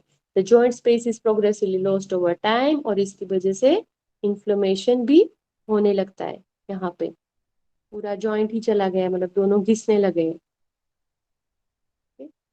प्राइमरी और सेकेंडरी इतना हमें डेप्थ जाने की जरूरत नहीं है, बट हम थोड़ा सा पढ़ के आगे चलेंगे। What is primary osteoarthritis? जब स्टार्टिंग है, और प्राइमरी बेस पे क्या बोलते हैं इनको? आप मुझे टाइम थोड़ा बोल दीजिएगा। 10 मिनट है, हम इतना थोड़ा सा कवर अप करेंगे ताकि आपको ब्रेक भी मिल जाए। मनो अजीत सर का क्लास है ना, अजीत। ओके। प्राइमरी के लिए ऐसे बोला जाता कि कोई ऑब्वियस कॉज, मतलब कि इस वजह से ये हुआ है, ऐसे कुछ नहीं है। There is no obvious cause for it कि ये हुआ था इसकी वजह से हमें ऑस्टियोआर्थराइटिस हो चुका है। Okay. It is due to intrinsic. Intrinsic मतलब नेचुरली ही अल्ट्रेशन हो जाता है आर्टिकुलेट टिश्यू में और हमें प्राइमरी ऑस्टियोआर्थराइटिस हो जाता है naturally he. Okay, but secondary में बहुत सारी चीजें हैं जो हमें आर्थराइटिस की तरफ ले जाती है। एक तो मेटाबॉलिक है, एनाबॉलिक है, एनोमेटिक है, ट्रोमेटिक है और इन्फ्लेमेटरी। ये सारी चीजों से हमें सेकेंडरी ऑस्टियोआर्थराइटिस दूसरे की वजह से, right, it arises as consequence of another condition. हमारे बॉडी में दूसरी सारी चीजें चल रही है जिसकी वजह से हम ऑस्टियोआर्थराइटिस की तरफ चले जाते हैं और ये रोग हमें लागू हो जाता है। ओके, क्लिनिकल फीचर्स या तो सिम्टम्स क्या बोलते हैं उसको, पेन होती है, आगे भी हमने देखे थे, pain, heat, swelling, stiffness, muscle weakness, instability, अस्थिरता, या तो मसल्स में बहुत ही वीकनेस फील होती है, मूवमेंट में भी आप लिमिटेड मूवमेंट कर पाओगे, एकदम धीरे हो जाओगे, जॉइंट्स भी लॉक होने लगते हैं क्योंकि पूरी वो साइनोवियल की जगह ही जो है फ्लूइड भरा हुआ है, कैप्सूल ही छोटा हो तो उसका जो मूवमेंट का एरिया है वो कम होता जाएगा और डिफॉर्मिटी भी आ जाएगी। मैनेजमेंट बोला गया है, जैसे कि क्योर बोलते हैं, तो पेन मैनेजमेंट के लिए उनको जनरली एलोपैथिक मेडिसिन प्रिस्क्राइब करते हैं। ब्रेसिंग मतलब एक टाइप का ऐसे पैकिंग, वो पार्ट पे जहाँ पे आपको पेन हो रहा है या तो आर्थराइटिस से इफेक्टेड है वहां पे एक ब्रेसिंग लगा देता ताकि वो ज्यादा मूव नहीं करे और अपने आप थोड़ा हील हो जाए। सपोर्ट भी देना पड़ता है, मतलब सपोर्ट लेके कभी कभी चलना पड़ता है। सप्लीमेंट्स या तो उनको वाइटामिन और कैल्शियम की गोली भी देते हैं और कभी कभी अगर सीवियर कंडीशन हो जाए तो last option is surgery. But यौगिक मैनेजमेंट अगर हम देखें तो पहले तो हम उनको पोस्चर करेक्शन करवाएंगे, डाइट करेक्शन करवाएंगे क्योंकि ये वात दोष से रिलेटेड है, राइट। तो जो भी वात का शमन करता है उससे हम डाइट और रेगुलर एक्सरसाइज से स्टार्ट करेंगे, फिर धीरे धीरे पोस्चर करेक्शन, फिर उनको ब्रीदिंग एक्सरसाइज, स्ट्रेंथनिंग एक्सरसाइज, ये सब देंगे। इनिशियल स्टेजेस में जब उनको बोलते हैं ना प्राइमरी स्टेज है ऑस्टियोआर्थराइटिस को, तब आप सब दे सकते हैं आसन उनके पेन फ्री लिमिट में, उनको पेन नहीं होना चाहिए, right. All asanas can be done with holding, holding ज्यादा देर दो, होल्ड कर पाए विथ इन पेन फ्री, मतलब पेन हो तब तक नहीं, उनकी कैपेसिटी के हिसाब से। और लेटर स्टेजेस में जब ज्यादा ही प्रॉब्लम हो तो weight bearing for long time should be avoided, मतलब उनको लेटर स्टेज से ज्यादा डेवलप हो चुका है ऑस्टियोआर्थराइटिस तो आप उनको नहीं देंगे। Okay, fast moving asana should not be given as it might increase. वात दोष खुद ही मतलब ज्यादा एक्टिव रहता है, राइट, जिनको वात प्रकृति है वो, और अगर ये ऑलरेडी प्रॉब्लम है और हम उनको ज्यादा ज्यादा मूविंग आसनास देंगे तो और प्रॉब्लम हो जाए और वात दोष बढ़ जाएगा। Okay, and it can cause injury. Contra indications हम खास देखेंगे कि जिनको ऑस्टियोआर्थराइटिस है उनको specifically twisting of that particular joint, वो जो पार्ट पे उनको ऑस्टियोआर्थराइटिस सॉरी हुआ है वो हम उसको ट्विस्ट नहीं करेंगे, ध्यान रखेंगे कि उनको ज्यादा प्रेशर नहीं दिया जाए। जैसे कि अगर नीज में है तो आप उनको नहीं बोलेंगे कि आप पद्मासन की प्रैक्टिस करो। ओके, और body weight bearing on joint which is most affected, जहाँ पे जॉइंट वैसे है जहाँ पे पूरे बॉडी का प्रेशर आता है, जैसे कि नी है तो उसके ऊपर वैसे आसनास नहीं देंगे हम, स्लीपिंग या तो सुपाइन आसना उनको ज्यादा देंगे, राइट। अगर घुटने का है तो ज्यादा देर खड़ा नहीं रखेंगे, उस टाइप के आसनास नहीं देंगे। ओके, सिंपल है, अर्धकटी चक्रासन, ताड़ासन, त्रिकोणासन, एक पाद उत्तानासन, सिंपल जो सब है वो हम सब उनको स्टार्टिंग में दे सकते हैं जिसमें जॉइंट मूवमेंट ज्यादा हो। ओके, नौकासन, पश्चिमोत्तानासन, सुप्तोदराकर्षण, प्राणायाम तो सभी टाइप के दे सकते हैं और मेडिटेशन और रिलैक्सेशन भी दे सकते हैं। ये हम कल स्टार्ट करेंगे, राइट। आज इतना ठीक है, एस्टमा और ऑस्टियोआर्थराइटिस। जी यहाँ मैम। पर किसी को डाउट है, किसी को डाउट है कि ये ऑस्टियोआर्थराइटिस में? मैम भुजंग आसन के बाद कुछ आसन उसमें नीचे छूट गए थे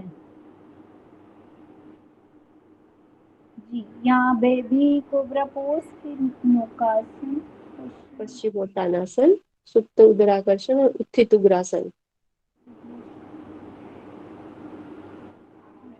ओके, जनरली अगर पेनफुल कंडीशन नहीं है तो आप सभी आसनास दे सकते हो, राइट। और इन लोगों को सूक्ष्म योगिक क्रिया ज्यादातर अच्छी रहती है, राइट। जब माइनर जॉइंट रूमेटॉइड में हम पढ़ेंगे ना तब आएगा, ये बड़े जॉइंट्स में ज्यादातर होता है तो मैम इनको मेरुदंड नहीं दे सकते? सॉरी, मेरुदंड आसन। पहले ही हमने देखा था ना कि क्या सिचुएशन है, उनकी कंडीशन कैसी है। अगर प्राइमरी ऑस्टियोआर्थराइटिस है तो सब कर सकते हैं, राइट। हाँ। अगर डेवलप स्टेज है तो आपको पर्टिकुलरली और उनकी एज भी देखनी पड़ेगी कि वो क्या एज के है, ओके, उनकी हाँ। फ्लेक्सिबिलिटी कितनी है। हाँ। करवा तो हम सब सकते, पर सामने वाला पर्सन भी वो कंडीशन में होना चाहिए ना कि वो प्रैक्टिस कर सके। तो आर्थराइटिस में हम 4 पढ़ने वाले थे, osteoarthritis, rheumatoid, gout and ankylosing. तो ये सेकंड वन है, रूमेटॉइड आर्थराइटिस। आपको जनरली दिख रहा है पिक्चर से ही कि क्या हुआ है, राइट। जो जॉइंट है उसमें क्या चेंजेस हुए, जो ये साइनोवियल फ्लूइड है पूरा स्वेलिंग आ चुका है, थिक हो चुका है, और पूरा कार्टिलेज, क्योंकि एक सॉफ्ट कर्व रहता है, हमने पहले पिक्चर में देखा था, वो पूरा डिग्रेडेड कार्टिलेज हो चुका है, राइट। जो हाइलिन कार्टिलेज पूरा, दोनों एक दूसरे के नजदीक आ गए, पूरी गैप ही चली गई है, right? तो आगे हम देखेंगे। और ये जनरली रूमेटॉइड आर्थराइटिस ना, जो हमारे बॉडी के छोटे छोटे जॉइंट्स है उसको ज्यादा इफेक्ट करता है। और ऐसे बोला गया है वो सिमेट्रिकली, मतलब एक हाथ में है तो दूसरे हाथ में भी होता है। जनरली सभी जगह पे ऐसे नहीं पाया गया है, बट जनरली होता है, ओके। और ये पेरिफेरल जॉइंट्स जो बोलते हैं ना, हमारे हाथ और पैर जो पेरिफेरल रीजन में आते हैं, उनको ज्यादा इफेक्ट करता है। तो मैं पूछूंगी, ऑस्टियोआर्थराइटिस में मैंने बोला था, ये एक लाइन आप खास याद रखिए कि ऑस्टियोआर्थराइटिस में किस पे ऊपर इफेक्ट होता है। It is the hyaline disease of cartilage. Cartilage. Hyaline hyaline cartilage का, कार्टिलेज। यस। और ये क्या है, rheumatoid arthritis is the inflammation of synovial tissue, जो भी हमने देखा था, राइट। जो हमने कैप्सूल पूरा देखा था जॉइंट का, तो उसमें जो साइनोवियल टिश्यू थे उसमें जब इंफ्लेमेशन होता है, then we call it as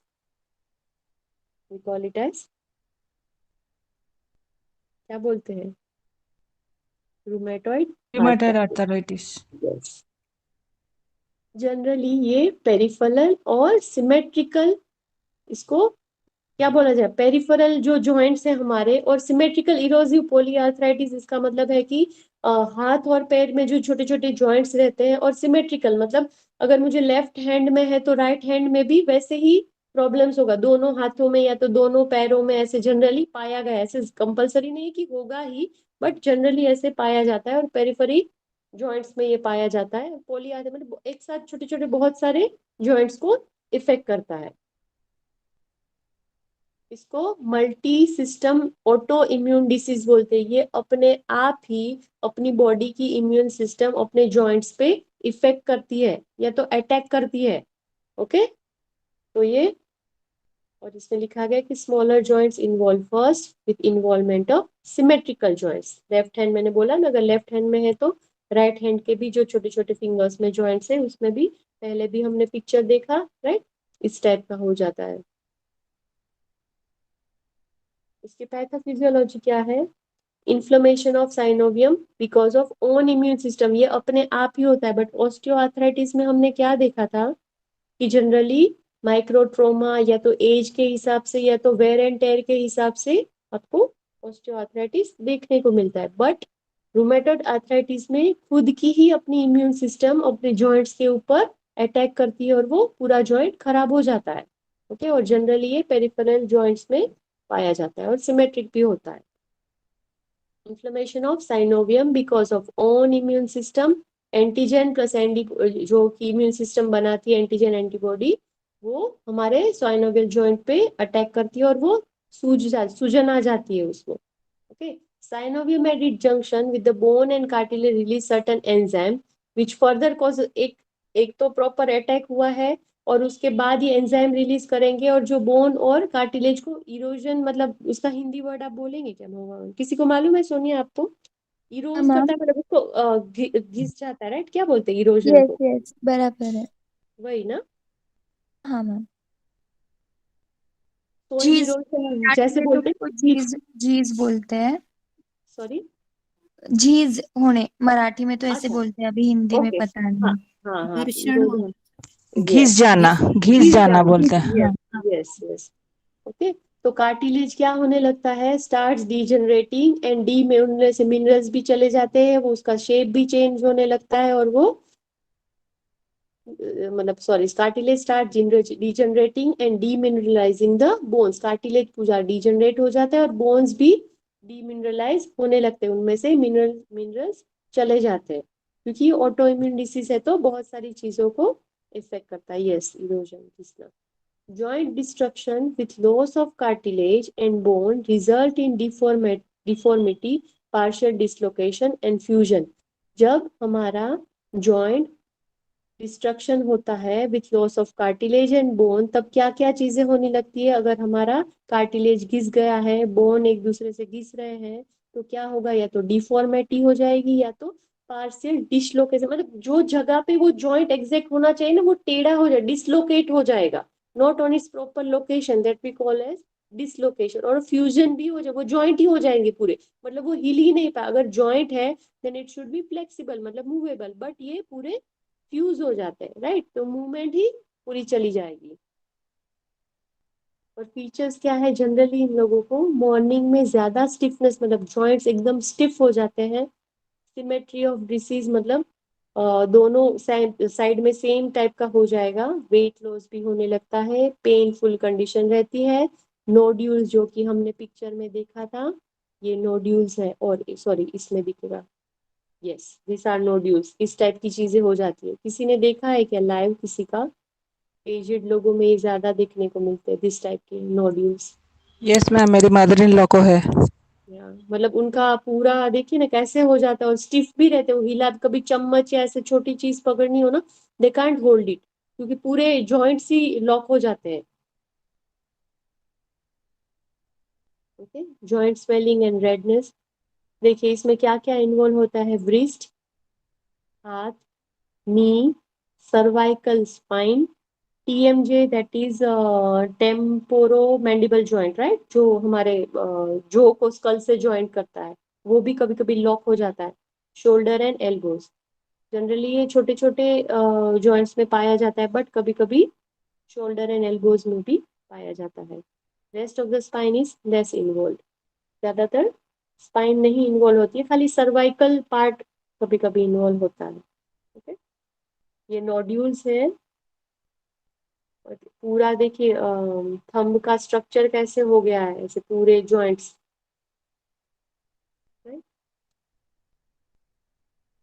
दूसरे फीचर्स है, देखिए मैंने बोला था, मतलब एक्स्ट्रा आर्टिकुलेट फीचर्स और भी चीजें क्या होती है, तो नोड्यूल्स फॉर्मेशन होता है, वैक्यूलाइटिस मतलब inflammation in blood vessels. Carpel tunnel syndrome आपने सुना होगा कि कार्पल टनल सिंड्रोम में क्या होता है, जनरली नंबनेस और tingling in hand and arm होता है। अगर कोई नर्व रहती है वो पिंच होती है ना व्रिस्ट में, तो ऐसे कार्पल टनल सिंड्रोम देखने को मिलता है। Wrist, elbow pain, tingling in hand, ये चीजें होती है। पल्मोनरी इफ्यूजन मतलब fluid between the tissues that line the lungs, और चेस्ट को जो लाइन करती है ना, उसमें एक टाइप का इन्फ्लेमेशन हो जाता है और फ्लूइड भर जाता है। एनीमिया तो आपको मालूम है। ऑस्टियोपोरोसिस मतलब कैल्शियम कम हो जाना बोन्स में से। और पेरिकार्डाइटिस मतलब स्वेलिंग या तो इरिटेशन, जो हमारे हार्ट को या कार्डियम जो बोलते हैं, हार्ट के सराउंडिंग जो मेम्ब्रेन है ना, उनमें स्वेलिंग आ जाता है, दैट इज पेरिकार्डाइटिस। ये भी होने लगते हैं, ये उसके दूसरी चीजें हैं, क्या क्या होता है अदर देन, बाकी हमने सिंपल देखा उसके अलावा, राइट, ये चीजें थी, उसके अलावा भी ये चीजें देखने को मिलती है। मैं सॉरी छोटा करूंगी, मुझे लाइन दिख नहीं रही है। Diagnosis is ESR। मतलब मैम हम आपने अभी जो ये एक्स्ट्रा फीचर्स बताए ना, हाँ, तो ये पहले के हम बोलते हैं ना, पहले अगर वो आर्थराइटिस होने वाला है तो पहले जो सिम्टम्स दिखते हैं, तो वो वाला है क्या ये? पहले नहीं, पहले नहीं, ये भी आपको, अगर you are infected by rheumatoid arthritis तो ये भी आपको दिखेंगे, नोड्यूल्स फॉर्मेशन होगा, ब्लड वेसल्स में इन्फ्लेमेशन होगा, राइट, कार्पल टनल सिंड्रोम, सभी जरूरी नहीं है सब दिखेंगे, कभी कभी ये होता है ड्यू टू अच्छा रूमेटॉइड तो आर्थराइटिस।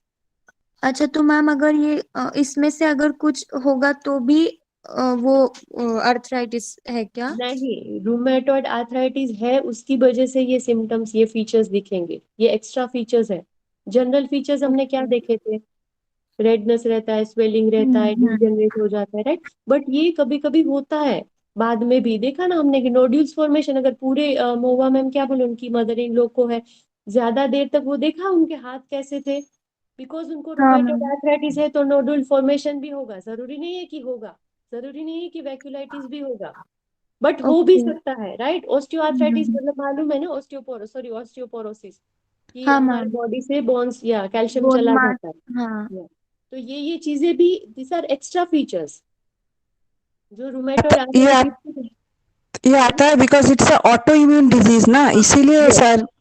यस, क्योंकि अपने आप ही अपने बॉडी में ये अटैक करता है, राइट। तो जनरली ऐसे डायग्नोसिस कैसे करते हैं इनको, ईएसआर टेस्ट करवाते हैं, सीआरपीए, रूमेटॉइड आर्थराइटिस। ये मुझे इसका फुल फॉर्म मालूम है क्या मोगा मैम आपको? इसको ma'am RA factor, rheumatoid arthritis factor ही बोलते हैं, आरए फैक्टर बोलते हैं ये मुझे इसको। मालूम है, आर एफेक्टेड वो मुझे मालूम है, सीआरपी और ईएसआर का आई डोंट नो, जनरल भूल गई मैं। That is C reacting protein is yes, CRP. Sorry, C reactive protein, yes. और ये करवाते थे ना शायद अभी ये कोरोना के टाइम में भी सी रिएक्टिव प्रोटीन का टेस्ट करवाते यस थे। मैम, इसमें बॉडी में इन्फेक्शन, जैसे ईएसआर में हाँ, हमें पता चलता है ना बॉडी में यस इन्फेक्शन है कि नहीं है, यस तो यस, सी रिएक्टिंग प्रोटीन में भी, लिपोप्रोटीन, जैसे फीवर में भी पता चलता है सी यस रिएक्टिंग प्रोटीन से बॉडी में इन्फेक्शन है कि नहीं। Yes yes, okay, thank you. हो गया क्लियर सोनिया? हाँ मैम। मैनेजमेंट बाय एलोपैथी दिया गया है कि उनको एनाल्जेसिक देते हैं, एंटी इंफ्लेमेटरी ड्रग्स भी देते हैं, डीएमआर वो देते हैं, ग्लूकोकॉर्टिकोस्टेरॉइड्स भी देते हैं। सर्जरी ये हमें नहीं देखना, this all are allopathic medicine that prescribed by allopathic practitioner. हमें यौगिक ट्रीटमेंट देखनी है कि इसमें हम क्या दे सकते हैं, जिनको रूमेटॉइड आर्थराइटिस है तो उनको प्राणायाम, शुद्धि क्रिया, मेडिटेशन और रिलैक्सेशन दे सकते हैं, राइट। और अगर आसनाज में देखे तो जनरली राधिका मैम पूछ रही थी ना, ये दे सकते ही नहीं, तो उनकी कंडीशन क्या है, उनकी एज क्या है, राइट, वो सब चीजें देख के हमको उनको non weight bearing asanas with minimum stretching and mobility exercises, twisting without strain, अगर उनको प्रॉब्लम नहीं है तो थोड़ा ट्विस्टिंग भी दे सकते हैं, और वेट बेयरिंग आसनास है वो नहीं देंगे, बट मिनिमम स्ट्रेचिंग और मोबिलिटी एक्सरसाइज है वो उनको देंगे, और बेस्ट है कि उनको सूक्ष्म योगिक व्यायाम करवाया जाए, राइट, ताकि छोटे छोटे जो पॉइंट्स हैं उनमें फ्लेक्सिबिलिटी आने लगे, राइट। और मैम ये ऑब्वियसली वेट बेयरिंग आसन मतलब क्या था? Weight bearing non weight bearing जिसमें हमें वजन हमारे बॉडी का नहीं उठाना पड़े, जी। ओके। हम सिंपल तरीके से, सादा ताड़ासन है उसमें हमें बॉडी का वजन इतना नहीं उठाना पड़ता, बट आप टोज के ऊपर नहीं जाएंगे, अगर उनके टोज में है इन्फ्लेमेशन तो आप सिंपल ताड़ासन, आप टोज के ऊपर आप मत जाओ, सिंपल सादा ट्विस्टिंग तिर्यक ताड़ासन ऐसे कर सकते हो, बट जिसमें हमें खुद के बॉडी का वेट उठाना पड़े वैसे हम नहीं देंगे, क्योंकि जॉइंट्स ही वीक है उनके। जी जी मैम। कॉन्ट्राइंडिकेशन मतलब हमें क्या नहीं देना चाहिए, ओके। तो हमें शीर्षासन बिल्कुल नहीं देना चाहिए, सर्वांगासन और हलासन भी नहीं देना चाहिए, और अगर डेवलप्ड स्टेज है, बहुत ही ज्यादा डेवलप हो चुका है रूमेटॉइड आर्थराइटिस, तो हम पद्मासन भी उनको नहीं देंगे, ओके।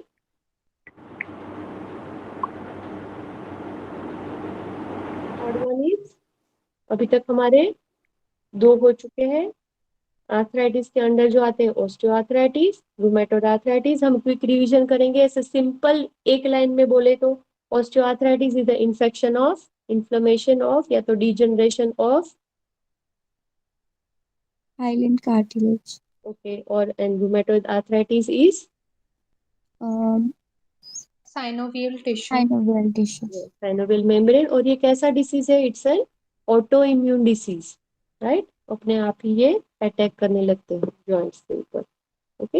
ये फोर्थ वाला है राउट, आई थिंक इसके बाद में स्लाइड्स डाली है, एंकाइलोजिंग स्पॉन्डिलाइटिस, आइटिस है तो मतलब इन्फ्लेमेशन तो है, ओके। एंकाइलोजिंग मतलब क्या, तो ये हम देखेंगे, आपको हेल्दी स्पाइन दिख रहा है यहाँ पे, this is our healthy spine, proper vertebrae है, बीच में डिस्क है एकदम हेल्दी कंडीशन में, राइट। और ये क्या है, इसमें इन्फ्लेमेशन हो चुका है यहाँ पे, ओके। और फिर बाद में इसमें क्या है, पूरे जॉइंट अटैच हो चुके हैं, राइट। डिस्क ही पूरा चला गया है और इसको बाम्बू स्पाइन भी बोला जाता है। ये वर्ड आप खास याद रखेंगे। Ankylosing spondylitis is also known as bamboo spine. Picture से हमें एकदम क्लियर समझ में आएगा। थोड़ा ब्लर है कि क्लियर दिख रहा है सभी को? मुझे ब्लर दिख रहा है मैम। दिख रहा है ना?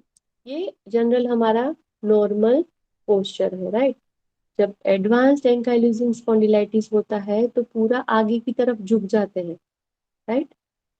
जैसे हम बोलते हैं ना, ऐसे क्यों इनको बाम्बू स्पाइन कहा गया है? बाम्बू कैसा रहता है, इसे बेंड नहीं हो सकता, नहीं तो टूट जाता है, राइट। ऐसे बाम्बू जैसा शेप, ऐसे नीचे से उगता है और आगे से बेंड होने होता है ना, राइट। बाम्बू तो सभी ने देखा होगा, इसलिए शायद इनको बाम्बू स्पाइन का नाम दिया गया है।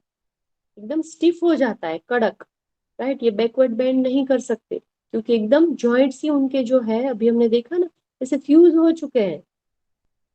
ये जो जॉइंट्स है, गैप ही नहीं है, तो मूवमेंट कहाँ से होगी जब डिस्क ही नहीं है, राइट।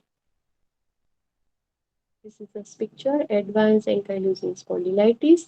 ये भी एक ऑटो इम्यून डिसीज है जहाँ पे हमारी इम्यून सिस्टम ही अटैक करती है जॉइंट्स के ऊपर। और ये जनरली कहाँ पे पाया जाता है? यंग मेल में। वुमेन में भी देखा जाता होगा, but it is written that usually occur in young male. Inflammatory condition affecting spine, जो ये स्पाइन को ही अफेक्ट करती है। डाउनवर्ड टू अपर, नीचे से स्टार्ट होके ऊपर तक जाता है, sacroiliac joint and peripheral joints को, ओके। तो हमारी स्पाइन है, उसमें कितने वर्टिब्रे रहते हैं? विथाउट फ्यूजन, विथाउट फ्यूजन कितने वर्टिब्रे हैं हमारी स्पाइन में? हेलो हेलो, है ना सभी क्लास में? 33 मैम, 33 मैम। ओके। और ये स्पाइन को इफेक्ट करती है, तो हमारे जो भी सभी क्या बोलते हैं, वर्टिब्रे के बीच में जगह, एक्सेप्ट जो लास्ट वाले दो है जो कि फ्यूज हो चुके हैं, 4 और 5, वहां पे नहीं है, राइट। तो ये नीचे से ऊपर की तरफ अफेक्ट करती है, okay. Presentation of peripheral is similar to rheumatoid arthritis, but joint destruction and erosion are not so severe. ये मुझे भी डाउट है इसमें। Presentation of peripheral is similar to rheumatoid arthritis but joint destruction and erosion are not so severe। ये समझ में आया? I think ये मैं चेक करूंगी वापस। जैसे कि रूमेटॉइड में जॉइंट हमारे डिस्ट्रक्ट हो जाते हैं और इरोज हो जाते हैं, उस उतना सीवियर नहीं है, राइट। रूमेटॉइड आर्थराइटिस जितना सीवियर ये नहीं है। पैथोफिजियोलॉजी, एक सेकंड, मुझे एक सेकंड का टाइम देंगे।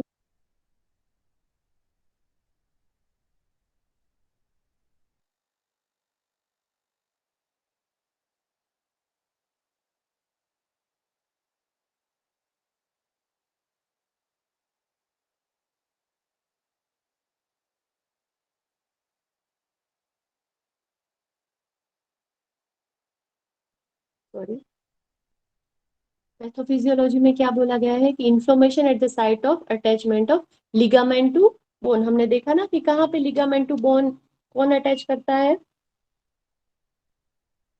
Tendon. Cartilage. Inflammation at the site of attachment of ligament to bone यहाँ पे इन्फेक्ट करता है, और जनरली इसको enthesopathy and is the primary characteristics of ankylo, sorry मुझे देखना पड़ेगा इन्होंने क्या डाला है। एंकाइलोजिंग स्पॉन्डिलाइटिस ये एब्रिविएशन डाला है शायद, राइट। जी एंकाइलोजिंग स्पॉन्डिलाइटिस का। तो ये जहाँ पे साइट है अटैचमेंट की बोन टू लिगामेंट की, वहां पे इन्फ्लेमेशन होता है, जनरली उसको एंसोपैथी बोला गया। और ये प्राइमरी कैरेक्टरिस्टिक्स है एंकाइलोजिंग स्पॉन्डिलाइटिस की, okay. There is involvement of synovium, articular capsule, where attach to bones, यहाँ ये सब इनमें इन्वॉल्व होते हैं, छोटी छोटी सब चीजें, right. Inflammation give rise to reactive bone formation known as syndesmophytes, इनको क्रिएट करते जब इन्फ्लेमेशन होता है और सिंडेस्मोफाइट्स क्रिएट होते हैं।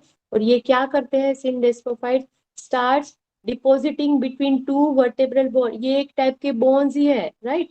हम आगे पिक्चर में देखें, start depositing between two vertebral bodies, जो हमारे दो वर्टिब्रे हैं उनके बीच में डिपॉजिट होने लगते हैं on the outer layer of disc and also in vertebral ligament resulting in spinal fusion. ये जब सिंडेस्मोफाइट बनने लगते हैं तो वो बोन्स को, जो वर्टिब्रे हैं उनको ज्वाइंट करने लगते हैं, कहाँ पे, on the outer layer of the disc and also in vertebral ligaments result. इसकी वजह से जो हमने ये पिक्चर देखा ना, सॉरी, यहाँ पे ये ज्वाइंट होने लगते हैं सिंडेस्मोफाइट की वजह से, राइट। और ये पूरी स्टिफ हो जाती है, जो फ्लेक्सिबिलिटी थी फॉरवर्ड एंड बैकवर्ड मूवमेंट की, जो नॉर्मल कंडीशन में ड्यू टू डिस्क रहती है, वो इसमें चली जाती है, राइट। क्योंकि ये फ्यूज हो जाता है, क्योंकि ये सिंडेस्मोफाइट यहाँ पे बनने लगते हैं, पूरा फ्यूज कर देते हैं। क्लिनिकल फीचर्स क्या है, lower back pain, stiffness in morning, improves with exercise and movement. इनको अगर ज्यादा थोड़ी सी एक्सरसाइज और मूवमेंट्स दिया जाए तो जो मॉर्निंग में स्टिफनेस हुई थी वो धीरे धीरे चली जाती है। Pen eight the site of tendons, जहाँ पे टेंडन्स रहते हैं वहां पे पेन होने लगता है।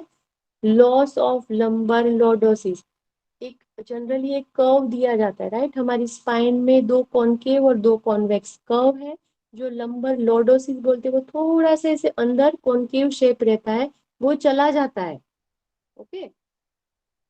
और फॉरवर्ड बेंडिंग पोस्चर उनका हो जाता है।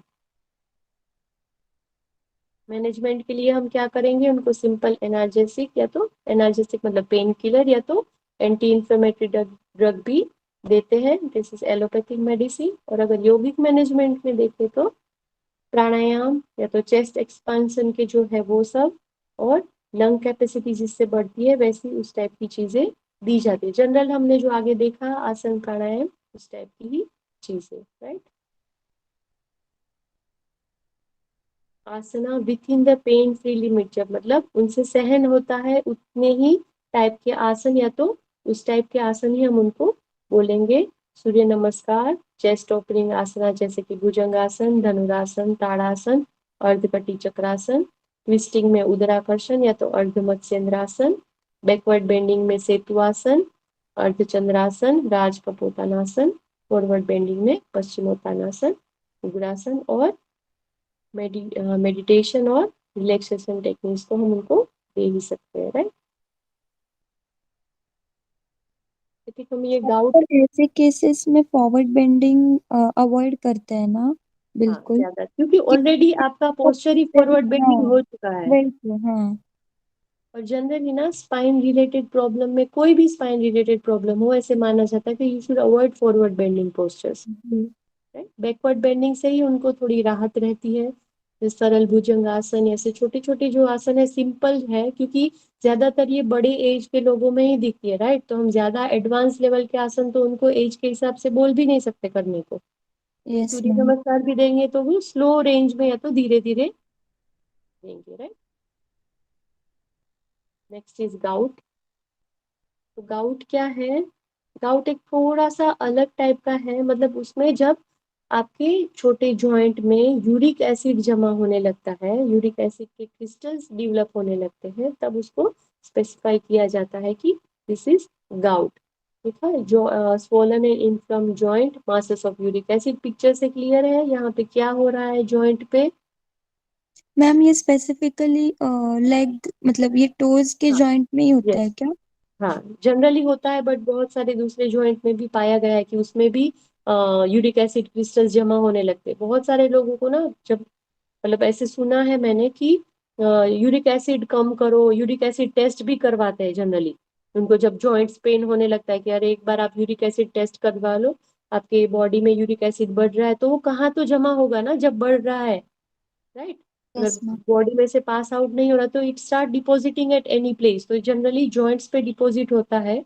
और ऐसे सुना है कि दूसरे जॉइंट, जनरली यहाँ पे ही पाया जाता है बट होता है दूसरी जगह पे भी। Gout is the deposition of ureate crystals in joints. Rise in serum level of urea test करवाते हैं तब उनको मालूम पड़ता है कि पैथोलॉजिकल टेस्ट है, तब उनको मालूम पड़ता है कि यूरिक एसिड लेवल रहता है कुछ तो नॉर्मल रेंज में, इतना मुझे डेप्थ में नहीं मालूम कितना नॉर्मल रेंज है, बट ये टेस्ट करवाते हैं लेबोरेटरी में और फिर मालूम पड़ता है कि यूरिक एसिड बहुत बढ़ गया तो आप कम करो, या तो उनको कुछ तो डाइट भी स्पेसिफिक देते हैं जिसमें यूरिक एसिड कम हो।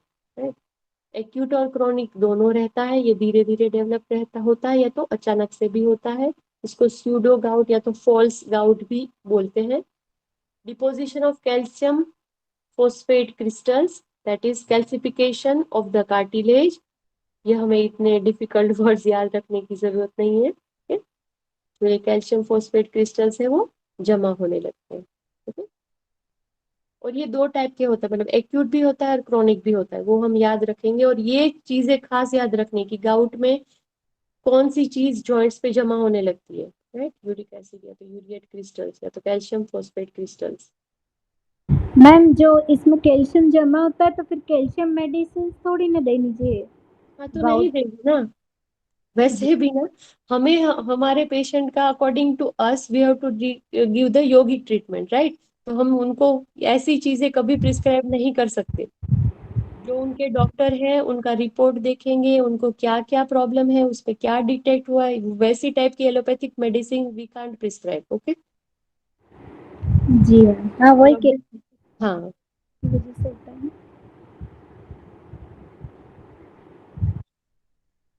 तो ये इतना ही था गाउट में, ठीक? समझ में आया? इससे सिंपल ही है कि जनरली यूरिक एसिड क्रिस्टल्स जमा होने लगते हैं और जॉइंट को इन्फ्लेमेट करते हैं और सूज जाता है, राइट? ये दूसरे जो हमारा स्पाइनल कंडीशंस थे वो हम देखेंगे, एक मिनट। यस, हमारे आर्थराइटिस के चारों हमने कवर कर लिए, right? Osteoarthritis, rheumatoid arthritis, gout and ankylosing. Okay, यहाँ तक क्लियर है सभी को? ये सब आर्थराइटिस के अंदर आते हैं, राइट? ये स्पाइनल कंडीशन है जो कि बैक पेन के रिलेटेड है, इसमें ये सब हम पढ़ने वाले हैं। बैक पेन किन किन वजह से, किन किन प्रॉब्लम से होती है, ठीक? तो स्पाइनल कंडीशंस जो भी है ड्यू टू वात दोष डिस्टर्बेंस या तो वायु प्रकोप या तो प्राणमय कोश में जब प्रॉब्लम होता है तब हमें ये पेनफुल कंडीशन अराइज होती है। तो ये बैक पेन में ये सब चीजें इंक्लूडेड है, ये हम डिटेल में देखेंगे। फर्स्ट नाम देखेंगे scoliosis, lordosis, kyphosis, sciatica, spondylosis, spondylosis and spondylolysis और आईवीडीपी। ये जनरली मैंने ऐड किए हैं, ये सिलेबस में नहीं है बट डाले हैं मैंने कि एक बार जब ऐसे नाम से क्या बोलते हैं हम परिचित हो जाए कि इसमें होता क्या है, ओके? इसलिए जस्ट डाला है, सिंपल, ज्यादा डिटेल में नहीं जाएंगे, खाली एक बार देखेंगे पढ़ेंगे ताकि एक बार मतलब वो वर्ड से हम क्या बोलते हैं फेस टू फेस आ जाए कि ये क्या होता है इसमें, ओके? ये जनरली हमारी सिंपल स्पाइन है, उसका स्ट्रक्चर है। स्पाइन यानी कि वर्टेब्रल कॉलम जिसमें 33 बोन्स है, 7 cervical, 12 thoracic, 5 lumbar, sacral, coccyx, और डिस्क कितनी रहती है 23। क्यों? क्योंकि नीचे के जो है 5 और 4 वो बोन फ्यूज रहते तो वहां पे डिस्क नहीं पाई जाती, राइट? और उनमें से कितनी नर्व्स की पैर निकलती है 31। पिक्चर है, ये खाली नर्व्स के बारे में बोला गया है कि 8 पैर सर्वाइकल में से निकलती है, थोरासिक्स में से 12 पेयर्स ऑफ नर्व्स, लंबर में से 5, सेक्रल में से 5 और कोकिक्स में से 1 pair of nerves come out. ये पिक्चर दिख रहा है आपको? इस तरीके से दोनों साइड से हमारी नर्व्स निकलती है, राइट? ये हमारे स्पाइन का स्ट्रक्चर है, ये बाहर वाला दिस वन कॉनकेव शेप, और ये हमारे अंदर की तरफ। ये पार्ट कहाँ से लिया गया है वो बोल सकता है? ये छोटा सा पार्ट दिया गया है जहाँ पे हमारे स्पाइन का बाहर की तरफ से कॉनकेव शेप दिखता हो। हेलो,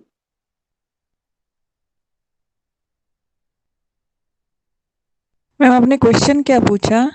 ये जो एक बार पार्ट रिपीट दिख करें। रहा है ना स्पाइन का, ये पार्ट ऐसे छोटा सा काट के यहाँ पे पेस्ट किया है, तो वो कौन से हमारे सर्वाइकल, थोरेसिक, लंबर, कहाँ से लिया गया है ये पार्ट जिसका शेप इस तरीके का हो? Sorry, thoracic ma'am. थोरासिक में तो बाहर की तरफ कर्व रहता है। This is the outer part, यहाँ पे लिखा है, दिख रहा है क्या आपको मोवा मैम? ये अंदर की तरफ है। अच्छा, कनकेव पार्ट आउटर पार्ट है। Lumbar okay. में रहता है ना दिस पार्ट। हाँ, लंबर में है। Lumbar okay. कर्व हमारा इस तरीके से रहता है, या तो यहाँ पे जो सर्वाइकल का रहता है वो थोड़ा सा कौन, ये दोनों कॉनकेव रहते हैं, और ये थोरासिक और ये पार्ट कॉन्वेक्स रहता है, राइट? ये हम नहीं पढ़ेंगे, कोई जरूरी नहीं है, हम ये देखेंगे सर्वाइकल एंड लंबर लोडोसिस। ये वर्ड आप किसी ने सुना है, लोडोसिस और काइफोसिस? यस मैम, शायद पोस्चर में यस बदलाव आते हैं यस। इनसे। नॉर्मल जरूरी है हमारे बॉडी में, लॉर्डोसिस भी रहता है, काइफोसिस भी रहता है, बट जब ये अपने नॉर्मल कर्वेचर से चेंज हो जाए, लॉर्डोसिस है वो ज्यादा ही अंदर चला जाए और काइफोसिस है वो ज्यादा ही बाहर आ जाए, तो वो एक डिफॉर्मिटी है, राइट? दो जगह पे लॉर्डोसिस रहता है। अभी हमने बोला ना सर्वाइकल पार्ट में वो अंदर की भी नेचुरल है, ऐसा ही रहता है, और ये कमर के पार्ट में भी ऐसा ही रहता है अंदर की तरफ, बट अगर वो और अंदर चला जाए तो then it's a problem. Okay, natural curve जरूरी है, लंबर कर्व, सर्वाइकल कर्व। अगर प्रेगनेंसी के टाइम में बहुत सारी लेडीज लोगों को ये बाद में फेस करना पड़ता है लंबर लॉर्डोसिस, ये पूरा पूरा शेप चेंज हो जाता है। क्यों? क्योंकि प्रेगनेंसी के टाइम स्पाइन को बैलेंस करने के लिए ऐसे कर्व लिया जाता है, क्योंकि पेट आगे की तरफ आता है, तो they have to maintain the posture और बैलेंस करने के लिए, राइट, वेट बेयरिंग के लिए, तो ये चेंज हो जाता है पूरा आगे की तरफ ऐसे, और पेट बाहर, आफ्टर डिलीवरी भी वो थोड़ा बेली बाहर दिखता है क्योंकि ये ज्यादा अंदर चला जाता है। ओके, तो सर्वाइकल और लंबर में लॉर्डोसिस रहता है, और थोरैसिक रीजन में, सॉरी, काइफोसिस बोलते हैं। जब ये ज्यादा ऐसे हम्प जैसा दिखने लगे, then we call it as kyphosis. Okay, ये क्लियर है, सिंपल है, मैंने खाली वर्ड आपको रूबरू करवाने के लिए रखा था। जी मैम। नेक पेन, जब ये स्ट्रक्चरल चेंजेस आने लगते हैं तो ये पेनफुल कंडीशन में भी चले जाते हैं। अगर ज्यादा ही लॉर्डोसिस या तो काइफोसिस होता है तो नर्व पे प्रेशर आने लगता है। क्यों? क्योंकि वो अपने नॉर्मल जो पोस्चर है उससे चेंज होने लगते हैं, राइट? तो पेनफुल कंडीशंस भी हो सकती है, अगर नर्व्स वहां से निकलती है, वो प्रेस होने लगती है, तो वो कंडीशन में चले जाते हैं, पेनफुल कंडीशन में। अब हम देखेंगे बैक एंड नेक पेन। ये जनरली बहुत सारे लोगों में दिखते हैं कि मेरे कमर दर्द कर रही है, गला दुख रहा है, बैक दुख रहा है, राइट? तो ये हम देखेंगे। Pain in neck and back region occurs in paraspinal muscles में extend to upper limb and lower limb. मतलब जनरली आपके स्पाइन में कहाँ पे भी कोई प्रेशर है, पेन है, तो वो आपके हाथ और पैर में भी आएंगे, वो टिंगलिंग और नमनेस। अगर मुझे सर्वाइकल स्पॉन्डिलोसिस है तो मेरे पूरे हाथ में टिल फिंगर्स जितना प्रेशर है, अगर शोल्डर तक, फिर उसके हाथ के आगे तक और फिर फिंगर्स तक भी वो नमनेस और टिंगलिंग सेंसेशन होगा। क्यों? क्योंकि जो सर्वाइकल में 7 बोन है उसमें से जो नर्व निकल रही है, जो राइट हैंड में जाती है, उसके ऊपर प्रेशर आ रहा है। क्यों? क्योंकि वो बोन्स के बीच में जो जगह होनी चाहिए नर्व्स को स्मूथली पास होने के लिए, वो चेंज हो रही है, राइट? दब रही है, प्रेशर आ रहा है डिफॉर्मिटी की वजह से। ये समझ रहा है क्या? मतलब ये वर्ड टू ने, बट मैं सिंपल वर्ड में आपको एक्सप्लेन कर रही हूँ। अगर वो कमर का रीजन है, कमर के वर्टिब्रे है, अगर वो स्लोली ऐसे कॉम्प्रेस हो रहे हैं और वहां से जो नर्व निकल के जा रही है, अगर मेरे राइट लेग में जा रही है, लेफ्ट लेग में जा रही है, तो वो आपको वहां पे भी, इसलिए इन्होंने बोला है अपर लिम और लोअर लिम में आपको टिंगलिंग और नमनेस भी फील हो सकती है। विथआउट और विथ दोनों लिखा है, होगी भी और नहीं भी होगी, राइट? और अगर ज्यादा कंडीशन सीवियर है तो मतलब कभी ना हाथ उंगलियां पकड़ भी नहीं पाती है कोई चीज, वो छूट जाती है, दैट इज मोटर डिफिसिट। और ये पेन कैसे रहते हैं, या तो अलग अलग दिए गए हैं इसमें इस टाइप के, ये हम देखेंगे। स्ट्रक्चरल एंड पोस्चरल एक तो बाय बर्थ, ये सिंपल हमारे सिलेबस में नहीं है, जस्ट फॉर एक्सटर्नल इंफॉर्मेशन में पढ़ रही हूँ, मतलब ध्यान में आ जाए कि बाई चांस अगर ये पूछ भी ले तो ये वर्ड से आपको मालूम हो कि होता क्या है। ये टॉर्टिकोलिस एक ऐसी कंडीशन है जो बाय बर्थ रहती है, राइट। इसमें ऐसे होता है, बाय बर्थ ही ये मसल उनका पूरा ऐसे टेढ़ा रहता है, ठीक है। और बाय इंजुरी अगर बोले तो विप्लैश और डायरेक्ट विप्लैश इंजरी, मतलब झटके से सिर आगे भी जाता है और तुरंत पीछे भी आता है, दोनों कंडीशन में होता है, that is known as whiplash injury. और डायरेक्ट ट्रोमा मतलब एग्जैक्ट वो पॉइंट पे जब हमें ट्रोमा या तो इंजरी होती है। डीजनरेशन कैसे रहता है, धीरे धीरे धीरे जब उसी पार्ट पे इफेक्ट किया जाए, या तो इन्फ्लेमेशन जैसे कि आर्थराइटिस में होता है, और इन्फेक्शन जैसे कि बॉडी में ट्यूबरक्लोसिस और ट्यूमर से होता है। ये सारी चीजें क्या है, बैक और नेक पेन में रिजल्ट करती है। आप खाली समझो, एक बार सुनो, जस्ट फॉर द इंफॉर्मेशन डाला गया है कि टॉर्टिकोलिस में क्या होता है, दैट स्ट्रक्चरल और पोस्चरल प्रॉब्लम है, ओके। और एक्वायर्ड है, ये बाय बर्थ ही होता है। और इंजरी है जैसे कि विप्लैश और डायरेक्ट ट्रोमा, उससे भी ये पेनफुल नेक और बैक पेन होता है। और डिजनरेशन में जैसे कि हमने आगे पढ़ा आर्थराइटिस वगैरह में, और अगर इन्फेक्शन है जैसे कि टीबी और ट्यूमर्स तो भी ये होता है, राइट। ये देखिए, ये स्कोलियोसिस हमने ये देखा था, लॉर्डोसिस, काइफोसिस, और उसके साथ ही इसको माना जाता है स्कोलियोसिस, क्योंकि ये स्पाइन के रिलेटेड है। एक में स्पाइन ज्यादा ऊपर या तो हम्प शेप होता है थोरेसिक रीजन में, सॉरी। लॉर्डोसिस में लंबर पार्ट में पूरा थोड़ा अंदर चला जाता है, और स्कोलियोसिस में पूरा आपका स्पाइन आड़ा साइडवेज में पूरा अनइवन शेप में चेंज होने लगता है। दिख रहा है क्या? Yes ma'am. पूरा साइडवेज में, अंदर बाहर नहीं गया है, हम्प नहीं निकला है, ना ही वो अंदर गया है, साइडवेज में पूरा ट्विस्ट हुआ है। और इसमें भी टाइप्स है, लिखा है लेटरल कर्वेचर ऑफ स्पाइन। ये विप्लैश इंजरी का पिक्चर है, झटके से आगे और पीछे जाना, this is known as whiplash injury. ये देखिए, हम महुआ में बोल रहे थे ना, काइफोसिस, ये ज्यादा ही हम्प्ड हो जाता है thoracic region. Kyphotic spine, posterior convexity. और ये लॉर्डोसिस अभी मैं बोल रही थी ना, पूरा जो नॉर्मल शेप है उसे ज्यादा ही कर्व्ड शेप आ जाता है, राइट। यहाँ तक क्लियर है? ये एक्स्ट्रा था जनरली, खाली स्पाइन में और क्या क्या चीजें होती है डिफॉर्म्ड वो हमने देखा।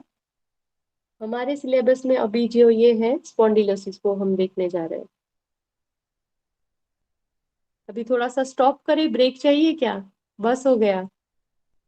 हम कल करते हैं। Yes, ma'am. Too much today. Yes, वही तो, बहुत ही ज्यादा हो गया।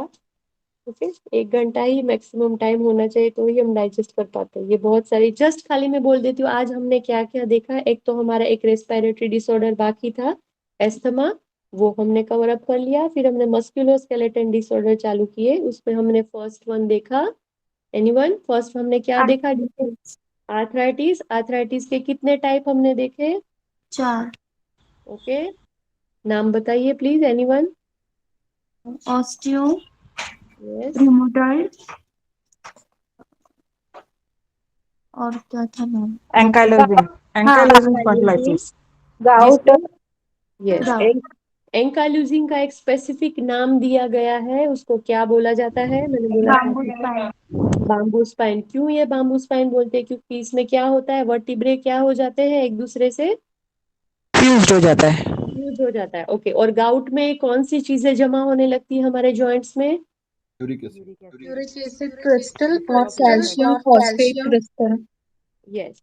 और ऑस्टियोआर्थराइटिस को किसका डिसीज बोला गया है, स्पेसिफिक नाम देके कि यहाँ पे प्रॉब्लम होती है, then we call it as osteoarthritis. Hyaline cartilage, okay, और सेम, और अगर रूमेटॉइड बोले तो ये कहाँ पे इन्फेक्ट करता है? Synovial joint.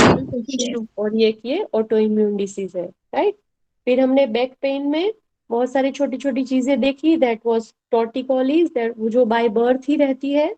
ओके, फिर स्कोलियोसिस देखा आगे।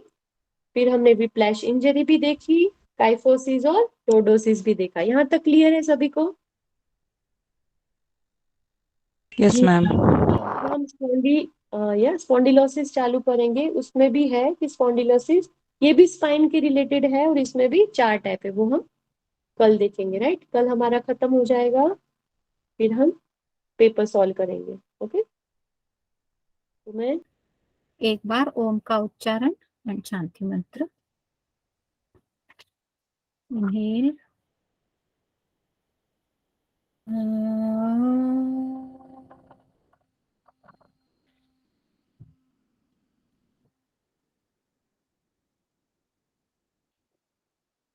ओम शांति शांति शांति।